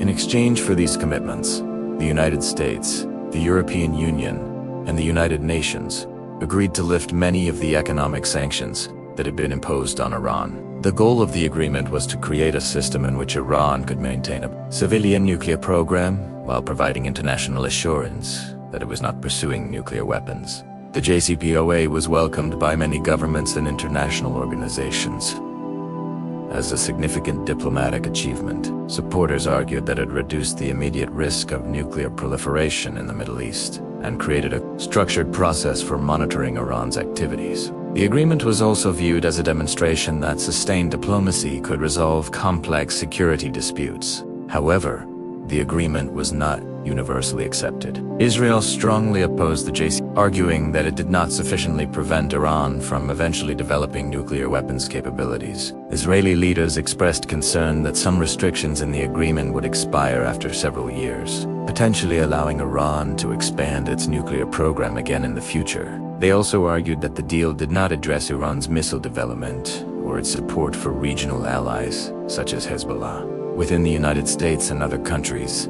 the agreement also generated political debate. Some policymakers believed the deal was necessary to avoid military confrontation, while others argued that the sanctions should remain in place until Iran accepted more extensive limitations. Despite these disagreements, the JCPOA initially went into effect and began shaping international relations with Iran. For several years, inspections confirmed that Iran was complying with many of the agreement's technical provisions. Yet the diplomatic balance created by the nuclear deal would not remain stable. Changes in political leadership in several countries and continuing regional tensions would soon place the agreement under significant strain. The next part will examine how the nuclear agreement began to unravel during the late 2010s and how the resulting tensions intensified the strategic confrontation between Iran and Israel. For several years after the 2015 Joint Comprehensive Plan of Action, JCPOA, the agreement appeared to stabilize tensions surrounding Iran's nuclear program. International inspectors from the International Atomic Energy Agency, IAEA, conducted monitoring operations designed to verify that Iran was complying with the technical limitations set out in the agreement. These inspections included oversight of uranium enrichment levels, the number of operating centrifuges, and the redesign of nuclear facilities such as the reactor at Arak. During this period, some of the economic sanctions that had previously restricted Iran's economy were lifted or suspended. Iran regained partial access to international financial markets and expanded oil exports. The Iranian government presented the agreement as a diplomatic victory that protected the country's right to nuclear technology while easing economic pressure. However, political opposition to the JCPOA remained strong in several countries. Critics argued that the agreement did not permanently prevent Iran from developing nuclear weapons capability and that it failed to address other concerns such as Iran's ballistic missile program and its support for armed groups across the Middle East. In 2018, a major shift occurred when the United States government announced its withdrawal from the nuclear agreement. The decision marked a turning point in the diplomatic framework surrounding Iran's nuclear program. Following the withdrawal, the United States reinstated a series of economic sanctions targeting Iranian banks, energy exports, and other sectors of the Iranian economy. These measures significantly reduced Iran's ability to conduct international trade and access global financial systems. The reimposition of sanctions placed Iran under renewed economic pressure. Oil exports declined, foreign investment slowed, and financial restrictions affected many aspects of the country's economic activity. Iranian leaders criticized the U.S. decision and argued that Iran had continued to comply with many of the agreement's obligations, even after the American withdrawal. Over time, however, Iran began gradually reducing its own commitments under the JCPOA. Iranian officials announced that the country would expand uranium enrichment activities beyond the levels permitted by the original agreement. Additional centrifuges were installed, and enrichment levels increased beyond the previous limits. Iranian leaders framed these steps as responses to the failure of other parties to fully implement the sanctions relief promised in the deal. The collapse of the nuclear agreement intensified regional tensions. Israeli leaders expressed growing concern about Iran's nuclear advancements and repeatedly warned that Israel would not allow Iran to develop nuclear weapons capability. Israeli intelligence and defense agencies closely monitored developments at Iranian nuclear facilities and continued advocating for strong international pressure. Meanwhile, diplomatic efforts to revive the agreement continued intermittently. European governments attempted to preserve elements of the JCPOA and encouraged renewed negotiations. Talks were held in several international venues with the goal of restoring some version of the agreement or creating a revised framework for limiting Iran's nuclear program. Despite these efforts, trust between the parties had eroded significantly. Each side accused the other of violating commitments or failing to uphold the spirit of the agreement. As negotiations stalled and nuclear activities continued, the strategic rivalry between Iran and Israel entered a more dangerous phase. The weakening of the nuclear agreement removed one of the few mechanisms that had previously reduced the risk of escalation. Without that framework, the possibility of military confrontation, either direct or indirect, became a more prominent concern in regional security discussions. The next part will examine how tensions continued to rise during the early 2020s and how a series of incidents, attacks, and regional crises gradually pushed Iran and Israel closer to open confrontation. As the diplomatic framework surrounding Iran's nuclear program weakened during the late 2010s and early 2020s, tensions across the Middle East intensified. The absence of a stable agreement meant that both Iran and its regional rivals increasingly relied on strategic deterrence, intelligence operations, and military preparedness to protect their interests. The rivalry between Iran and Israel remained largely indirect, but the number of incidents involving weapons, transfers, covert operations, and military strikes gradually increased. One of the most visible arenas of confrontation continued to be Syria. The Syrian civil war had already drawn Iran deeply into the conflict in support of the government of Bashar al-Assad. Iranian advisors, Revolutionary Guard units, and allied groups helped stabilize the Syrian government during several critical phases of the war. For Iran, maintaining influence in Syria remained essential for preserving its strategic corridor linking Tehran to Lebanon and to Hezbollah. Israel viewed this expanding Iranian presence in Syria as a serious security concern. Israeli officials feared that Iran might establish permanent military infrastructure near Israel's northern border or transfer advanced weapon systems to Hezbollah. To counter these risks, Israel conducted numerous airstrikes targeting facilities, supply routes, and weapons shipments connected to Iranian forces operating in Syrian territory. These operations became a recurring feature of the regional security environment. Although Israeli strikes rarely targeted Iranian territory directly, they demonstrated Israel's willingness to act preemptively to prevent what it perceived as strategic threats. Iranian officials frequently condemned these strikes and emphasized that Iran had the right to support allied governments and movements in the region. At the same time, the rivalry also extended into other domains, including maritime security and cyber operations. Ships linked to Iranian and Israeli commercial interests experienced mysterious explosions and sabotage incidents in international waters. Some of these attacks occurred in strategic maritime corridors such as the Gulf of Oman and the Red Sea, which are important routes for global energy transport and trade. Cyber operations continued as well. Both Iran and Israel developed sophisticated cyber capabilities, allowing them to disrupt infrastructure, gather intelligence, and conduct covert operations in digital networks. While governments rarely acknowledge these activities publicly, cybersecurity experts often linked various incidents to the broader strategic rivalry between the two states. The early 2020s also saw a growing emphasis on drone technology and precision-guided missiles. These weapon systems made it easier for actors across the region to strike targets from long distances, while avoiding the need for large conventional military deployments. Iran and its allies increasingly demonstrated the use of drones in regional conflicts, while Israel invested heavily in air defense systems designed to intercept rockets, missiles, and unmanned aircraft. As these technological and geopolitical developments unfolded, the strategic distance between indirect confrontation and direct conflict became smaller. Each new incident added pressure to an already tense relationship. Intelligence agencies, military planners, and diplomats across the region monitored the situation closely, aware that a major escalation could have consequences far beyond the borders of any single country. By the mid-2020s, the rivalry between Iran and Israel had evolved into one of the central geopolitical dynamics of the Middle East.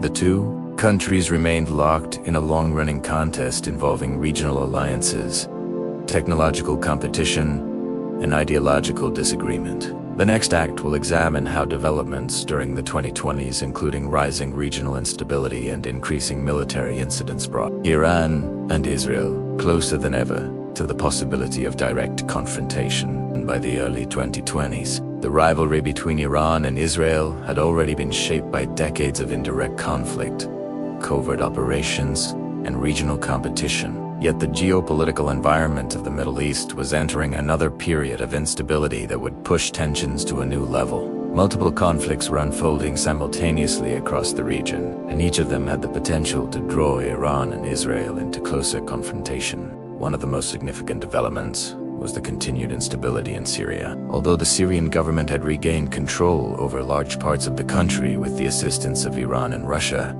the war had not fully ended. Iranian military advisors, Revolutionary Guard units, and allied groups remained active in different areas of Syria. From Israel's perspective, this presence created the risk that Iran might establish long-term military infrastructure near Israel's borders. Israeli defense officials repeatedly stated that they would not allow Syria to become a permanent base for Iranian military operations. As a result, Israeli aircraft conducted periodic strikes targeting weapons shipments, military installations, and logistical networks believed to be connected to Iranian forces or their allies. These operations were designed to prevent advanced missiles and precision-guided weapons from reaching Hezbollah in Lebanon. Hezbollah itself remained a central factor in the strategic balance. Over the years, the organization had accumulated a large arsenal of rockets capable of striking deep into Israeli territory. Israeli intelligence estimates suggested that Hezbollah possessed tens of thousands of projectiles, ranging from short-range rockets to more sophisticated missile systems. Israeli leaders warned that any future war with Hezbollah could involve heavy missile attacks on Israeli cities and infrastructure. At the same time, Iran continued to expand its missile and drone programs, emphasizing their role as defensive deterrents. Iranian officials argued that these systems were necessary to protect the country against external threats, particularly given the presence of American military forces across the region. However, Israeli analysts viewed the expansion of these capabilities as part of a broader strategy that could eventually threaten Israel directly. Another factor increasing tensions was the continued uncertainty surrounding Iran's nuclear program. After the collapse of the earlier nuclear agreement, negotiations aimed at restoring a diplomatic framework continued intermittently but produced limited results. Iran expanded certain nuclear activities, while international inspectors attempted to monitor developments within the country's nuclear facilities. Israeli leaders repeatedly warned that they would not accept a situation in which Iran acquired the capability to produce nuclear weapons. Israeli defense planning therefore increasingly focused on contingency scenarios that might involve military action against Iranian nuclear infrastructure if diplomacy failed. The regional environment was also affected by shifting alliances. Several Arab countries established or expanded diplomatic relations with Israel through agreements that emphasized economic cooperation and security coordination. These developments reflected changing priorities in the region, where concerns about Iranian influence sometimes outweighed older political divisions. For Iran, these evolving partnerships created new strategic challenges. Iranian leaders viewed closer cooperation between Israel and certain Arab states as part of a broader effort to isolate Iran politically and militarily. As a result, Tehran continued strengthening relationships with its own regional partners, including groups and governments that opposed Israeli policies. By the early 2020s, the Middle East had become a complex network of overlapping conflicts, alliances, and rivalries. The Iran-Israel confrontation was deeply connected to many of these dynamics. While neither country openly declared war on the other, their forces and allies increasingly operated within the same strategic arenas. The next part will examine how a series of specific incidents, including attacks, assassinations, and regional crises, further escalated tensions and brought Iran and Israel closer to direct confrontation. As the 2020s progressed, the rivalry between Iran and Israel became increasingly visible through a series of high-profile incidents that drew international attention. Although both countries continued to avoid open warfare, the frequency and intensity of covert operations, targeted strikes, and retaliatory actions grew steadily. These events demonstrated how the long-running shadow conflict was gradually moving closer to direct confrontation.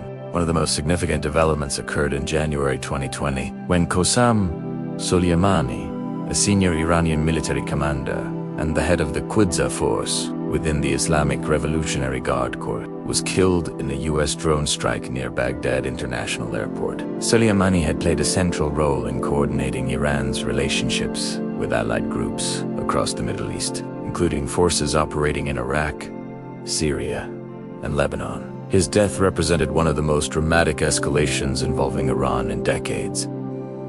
Iranian leaders described the killing as a major act of aggression and vowed retaliation. In response, Iran launched missile strikes against military bases in Iraq that housed American troops. Although the confrontation did not immediately lead to broader war, it illustrated how quickly regional tensions could escalate when key figures or strategic interests were targeted.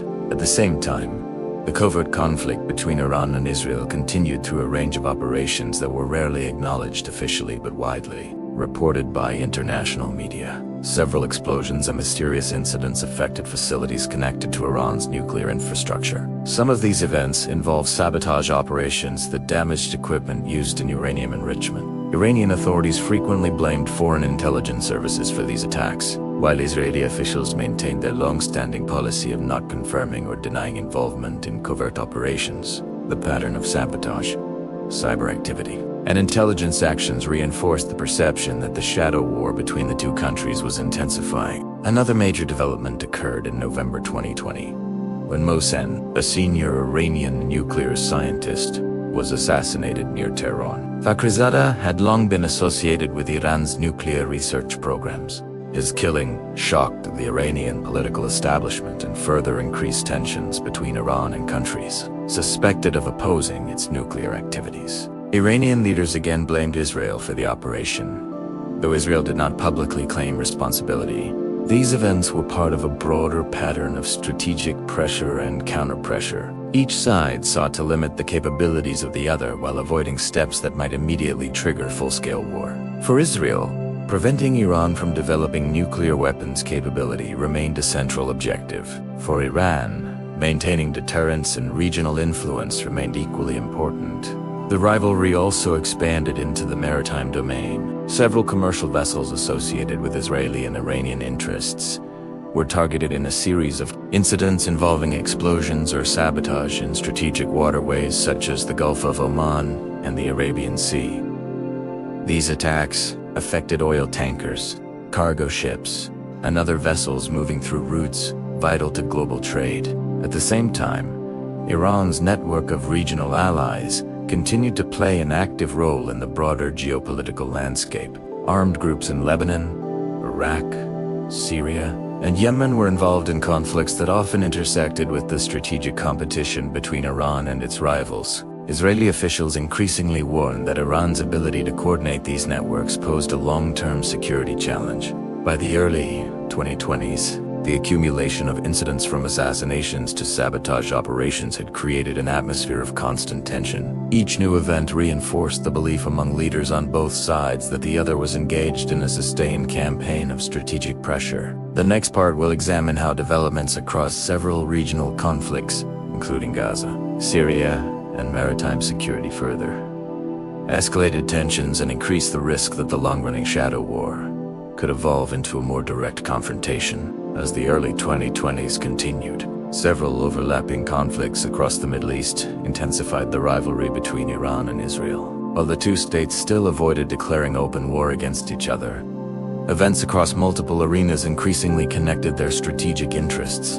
Among the most significant of these arenas was the conflict surrounding Gaza and the broader Israeli-Palestinian struggle. Iran had long positioned itself as a supporter of the Palestinian cause. Although Iran and Palestinian organizations differed in ideology and political structure, Iranian leaders frequently expressed political backing for groups that opposed Israeli policies. Over time, Iran also developed varying levels of cooperation with certain Palestinian factions, particularly those engaged in armed resistance against Israel.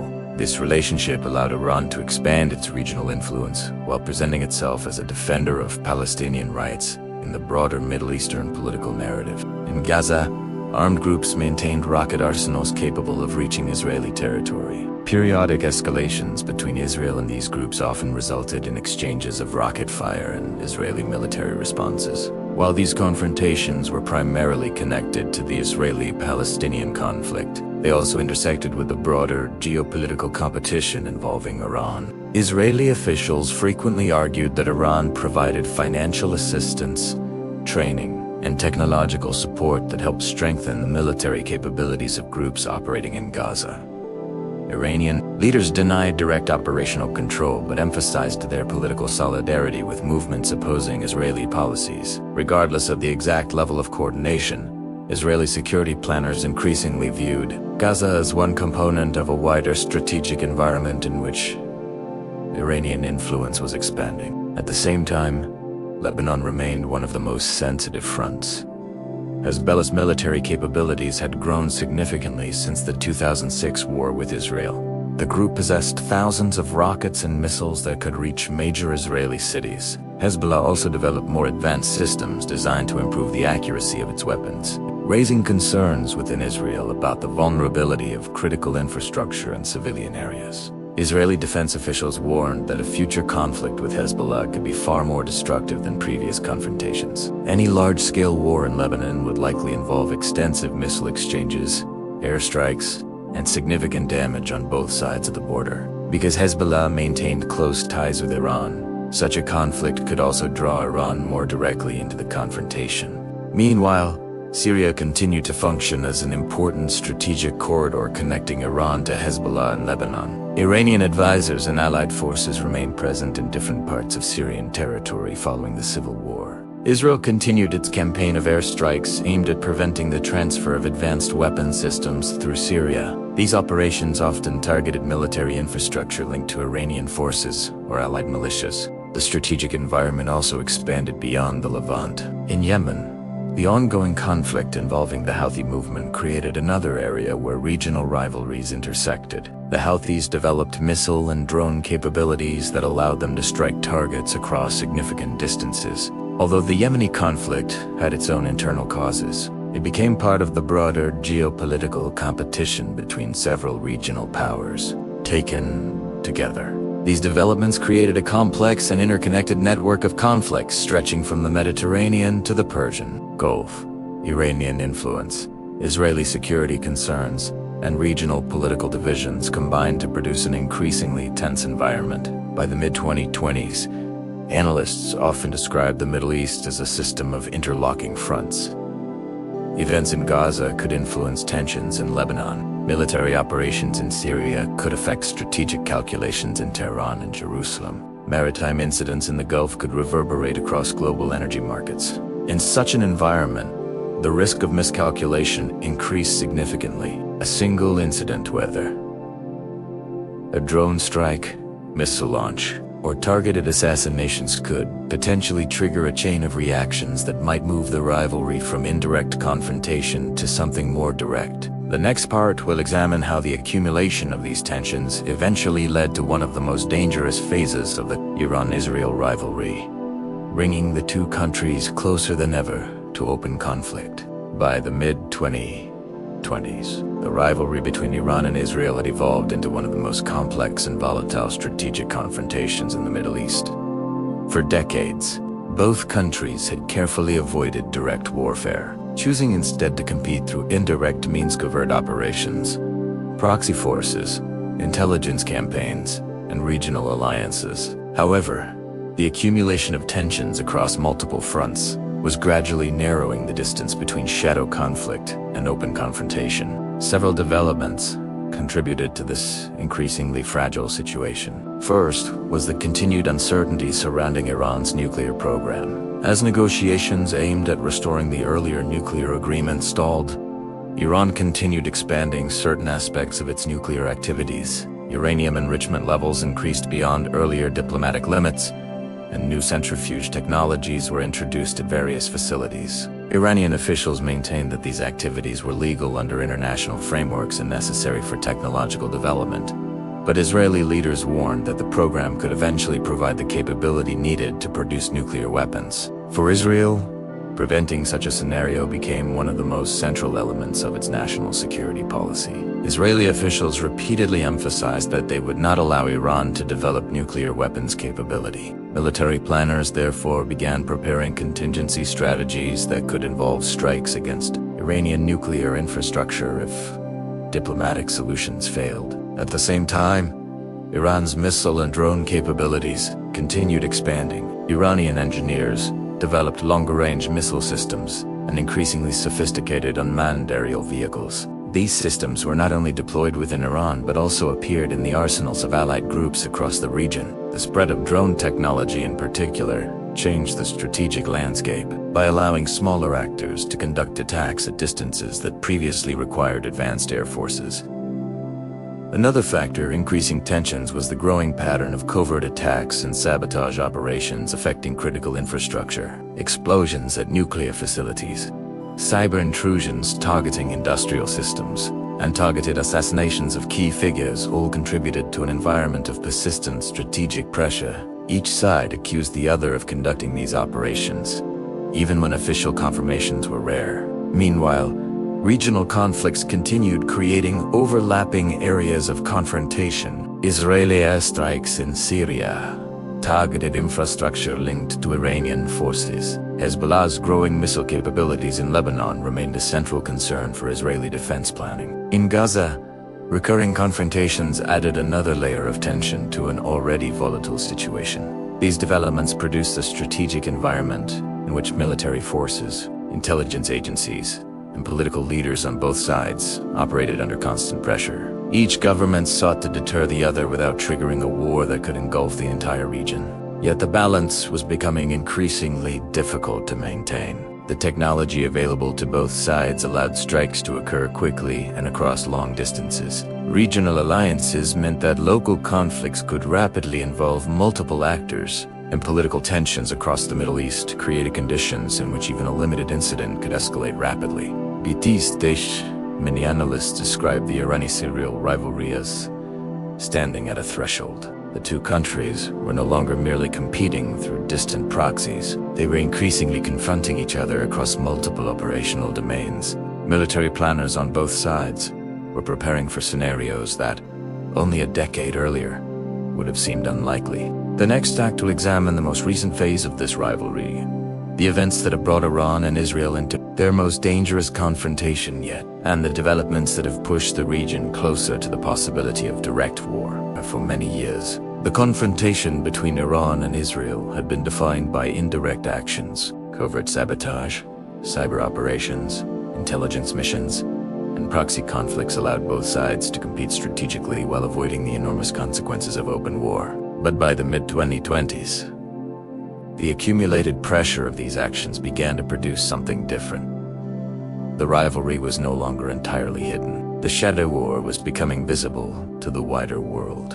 One of the reasons for this shift was the growing speed and transparency of modern information networks. Incidents that might once have remained obscure were now quickly reported through international media, satellite imagery, and open-source intelligence analysis. When explosions occurred at strategic facilities, when missiles were intercepted in the sky, or when drones struck military targets, images and reports circulated globally within hours.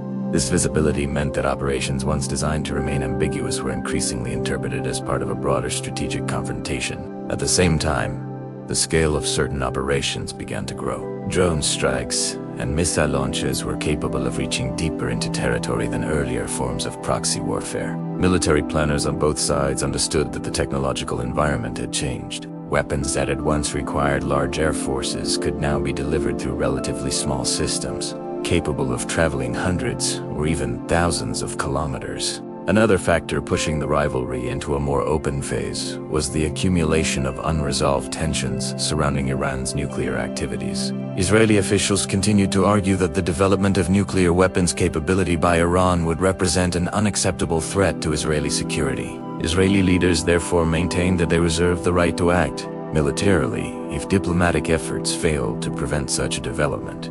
Iranian leaders responded by emphasizing that their nuclear program remained peaceful and that the country had the right to develop advanced technology for energy and scientific purposes. At the same time, Iranian officials warned that any attack on Iranian territory would be met with retaliation. These competing positions created a strategic environment in which each side sought to demonstrate strength without triggering a full-scale war. Israel continued conducting airstrikes in Syria against infrastructure linked to Iranian forces or allied groups. Iran continued expanding missile and drone capabilities designed to provide strategic deterrence. Both countries also invested heavily in intelligence operations aimed at monitoring the other's military activities. Meanwhile, regional tensions were rising in several connected arenas. The Israeli-Palestinian conflict continued producing periodic escalations in Gaza.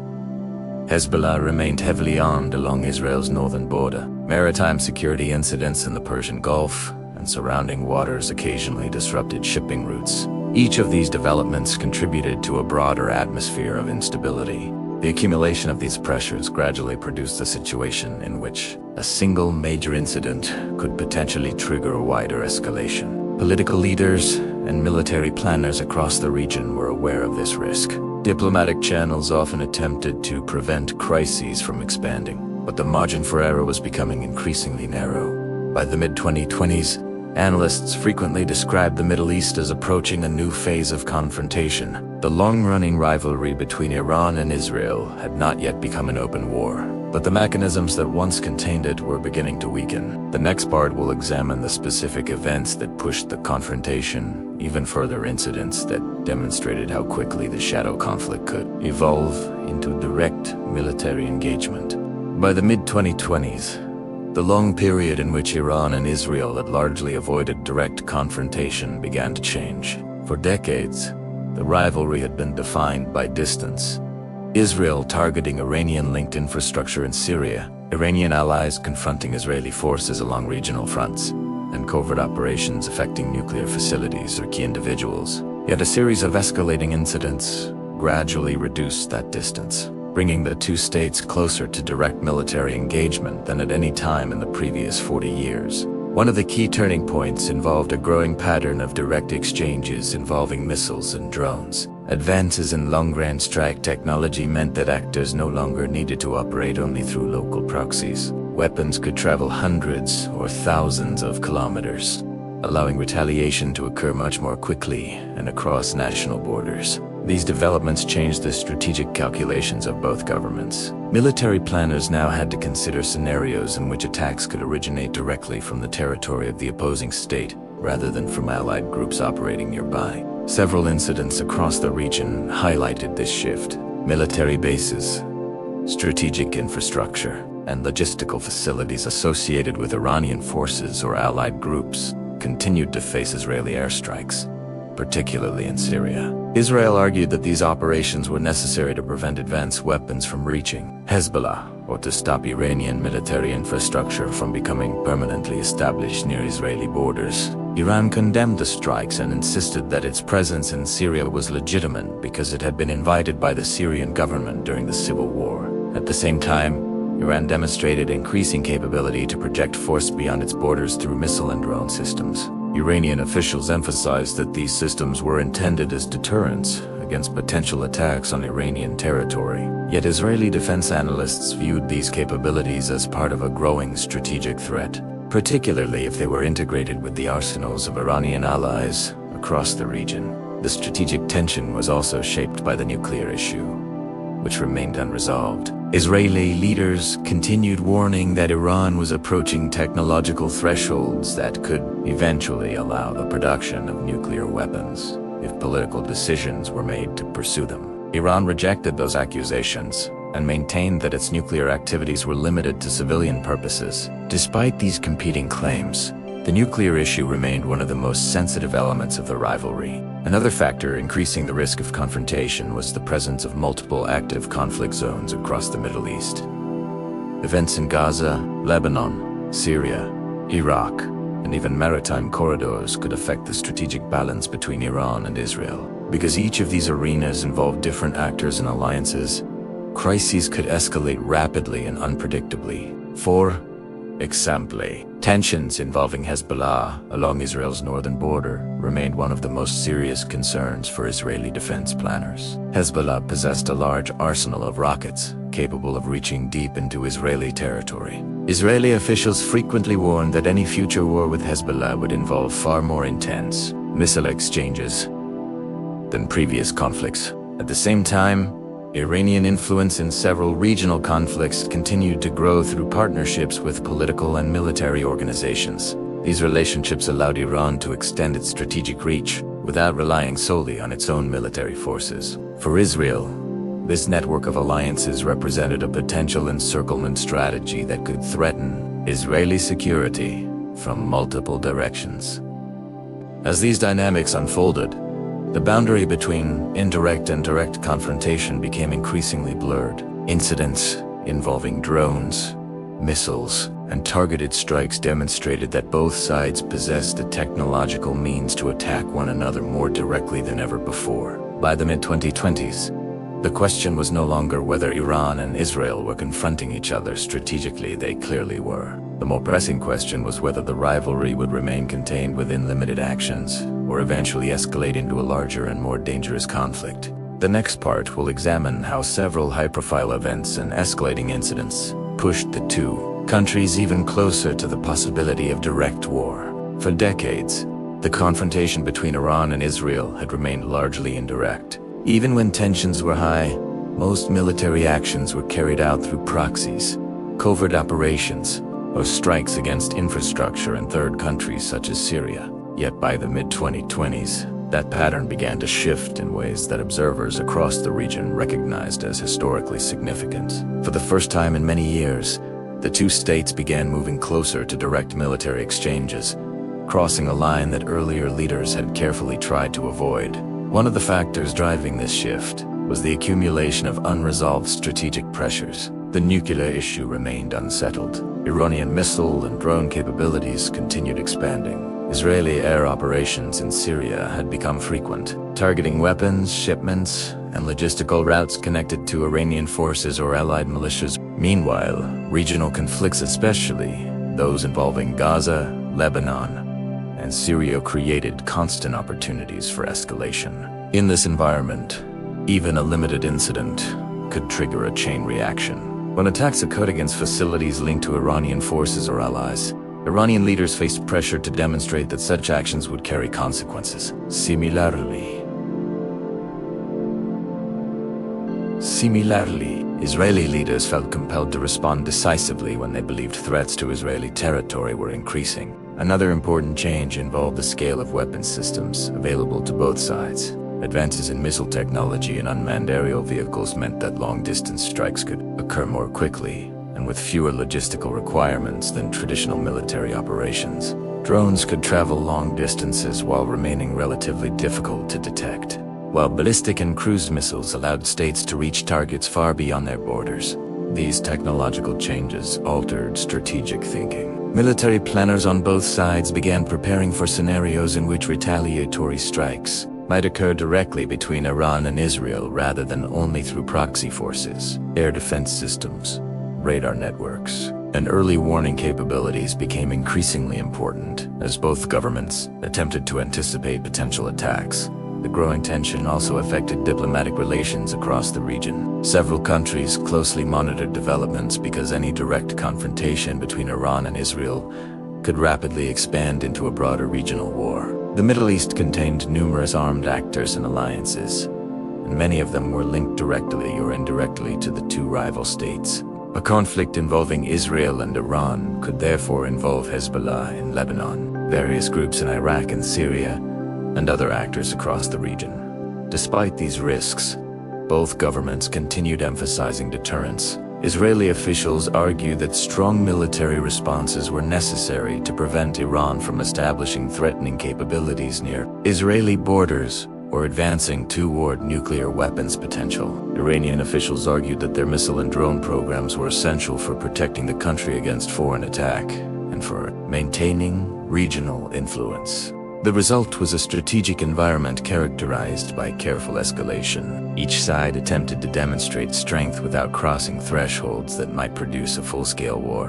However, the margin for maintaining this balance was shrinking. By the mid-2020s, the possibility of direct confrontation between Iran and Israel was no longer hypothetical. Analysts, diplomats, and military strategists increasingly discussed scenarios in which a single major incident, whether a large-scale strike, a miscalculated retaliation, or a dramatic regional crisis, could push the rivalry beyond its long-standing shadow phase. The next part will examine the events that brought the confrontation to its most dangerous moment, when tensions between Iran and Israel approached the point where direct war became a real possibility. By the mid-2020s, the confrontation between Iran and Israel had reached the most dangerous phase in its modern history. For decades, the rivalry had been fought through indirect channels, proxy groups, covert operations, and strategic pressure across different regions of the Middle East.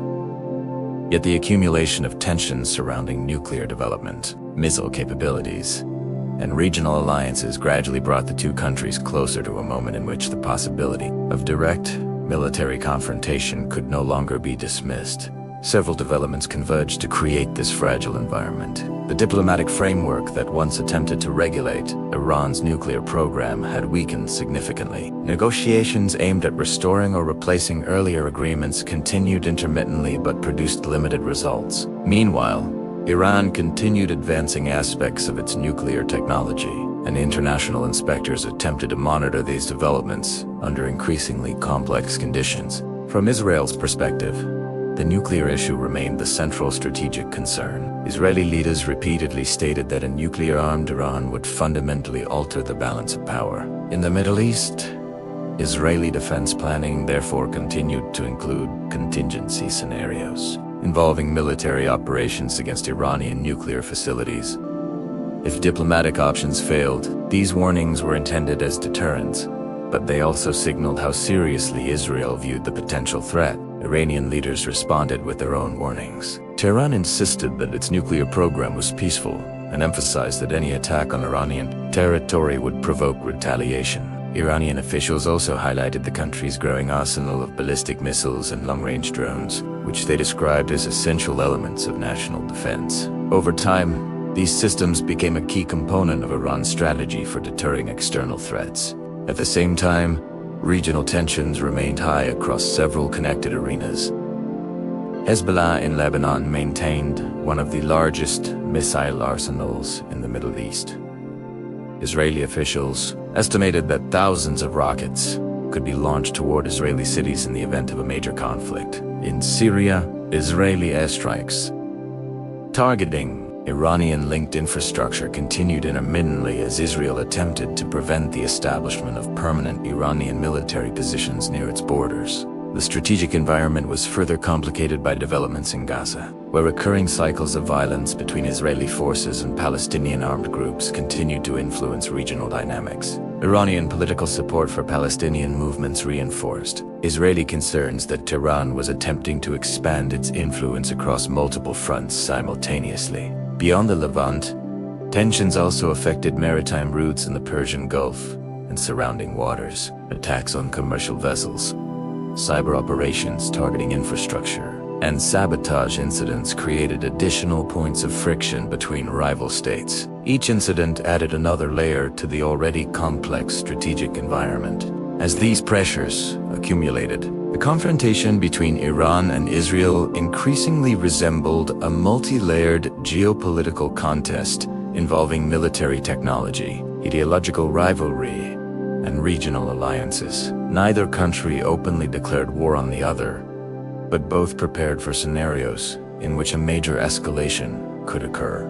For the wider world, the stakes of such a confrontation were significant. The Middle East contains vital energy routes and strategic waterways that affect global trade. A large-scale conflict involving Iran and Israel could disrupt these systems and potentially draw in other regional and international actors. Yet despite these dangers, leaders on both sides continued emphasizing deterrence rather than open warfare. Iran sought to demonstrate that any attack would carry serious consequences, while Israel attempted to show that it would act decisively against threats to its security.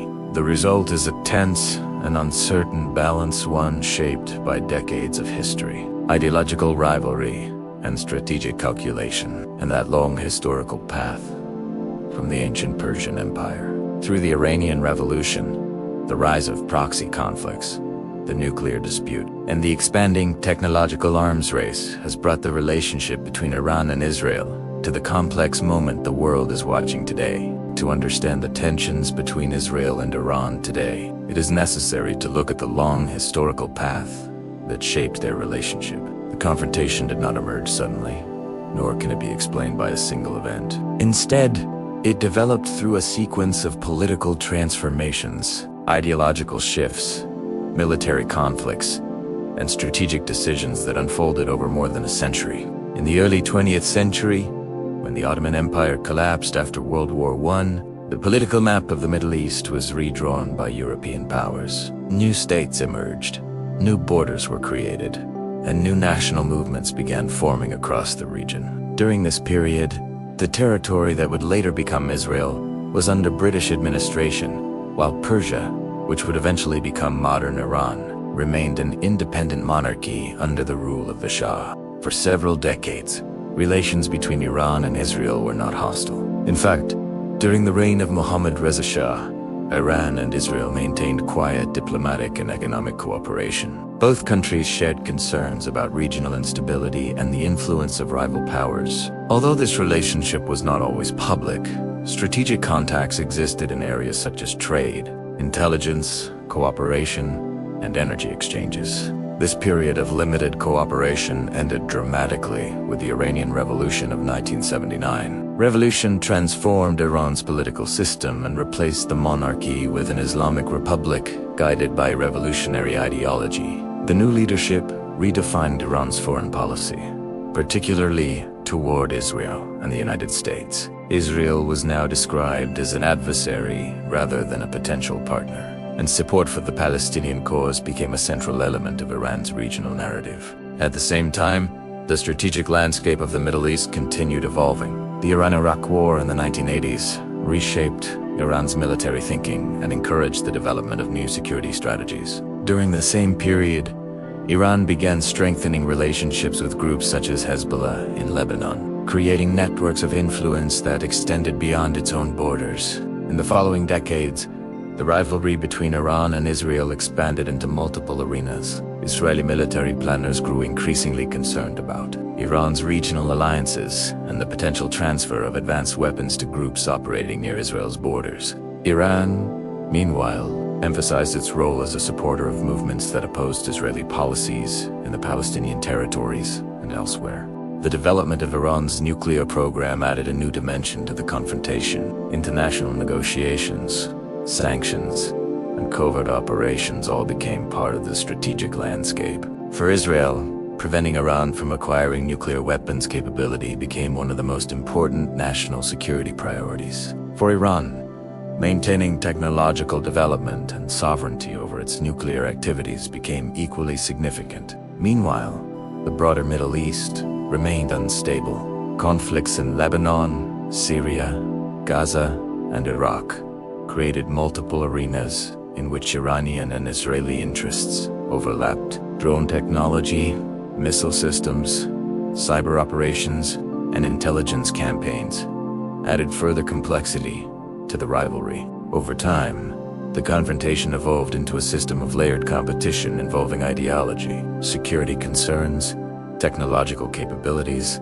and regional alliances. Each development influenced the next, creating a chain of events that gradually pushed the two countries toward increasingly dangerous levels of tension. Understanding this history helps explain why the present situation cannot be reduced to a single crisis or event. The tensions seen today are the result of decades of accumulated strategic choices made by leaders on both sides. The final part will reflect on what this long history reveals about the present moment, and why the rivalry between Iran and Israel continues to shape the future of the Middle East. When observers look at the tension between Israel and Iran today, it can sometimes appear as if the conflict emerged suddenly from the most recent crisis. News headlines often focus on missile launches, drone attacks, or diplomatic disputes that dominate the present moment. Yet the long historical path explored in this documentary shows that the rivalry is rooted in a far deeper sequence of events that unfolded across generations. The transformation of Persia into modern Iran, the political revolution that reshaped the country in 1979, and the strategic calculations made by regional leaders during the Cold War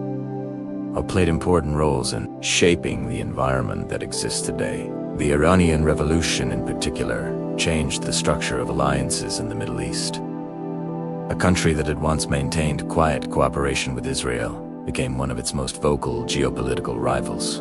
At the same time, Israel's own security doctrine developed in response to a region that often contained multiple military threats at once. Israeli leaders concluded that maintaining strong deterrence and acting preemptively against emerging dangers were essential components of national survival. This strategic mindset influenced many of the decisions Israel later made regarding Iran's nuclear program and Iran's growing regional alliances. Another important factor shaping the present situation is the networked nature of modern Middle Eastern conflicts. Unlike earlier periods in which wars were often fought directly between neighboring states, today's geopolitical landscape includes a complex web of alliances, armed groups, and political movements operating across several countries. Iran's relationships with organizations in Lebanon, Syria, Iraq, and elsewhere have allowed Tehran to project influence across the region. Israel's responses to those networks have often involved intelligence operations,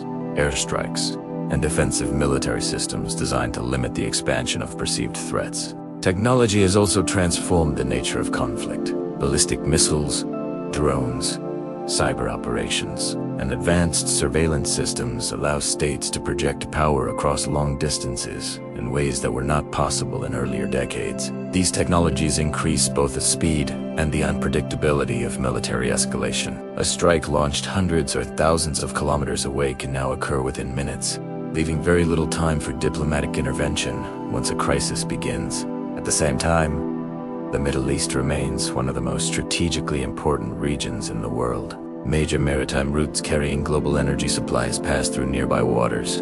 Political developments in the region influence international markets, security alliances, and diplomatic relationships far beyond the Middle East itself. Because of these factors, any large-scale confrontation between Iran and Israel would likely have global consequences. Despite these risks, history also shows that leaders in the region have often attempted to manage escalation rather than allow conflicts to spiral uncontrollably. Even during periods of intense tension, diplomatic channels, deterrent strategies, and international pressure have sometimes prevented crises from expanding into full-scale wars. Whether similar mechanisms will succeed in the future remains an open question. What is clear, however, is that the rivalry between Iran and Israel cannot be understood without recognizing the historical forces that shaped it. From the fall of empires after World War I to the Iranian Revolution, 2 decades of regional conflict and technological change, each chapter of history contributed to the complex situation that exists today. Understanding that history does not provide simple answers about the future, but it does reveal how deeply interconnected the political, ideological, and strategic dynamics of the Middle East have become. And it reminds us that the events unfolding today are not isolated moments. They are the latest chapter in a long story that continues to shape the region and the wider world. If you found this deep historical exploration helpful, consider liking the video and subscribing to the channel for more long-form history designed for thoughtful viewing and late-night listening. And before you go, leave a comment. Where are you watching from? And what time is it there right now? Also, which part of this history surprised you the most? The ancient Persian background, the Iranian Revolution, or the modern technological rivalry? Your responses help guide future episodes of Sleek Tide History.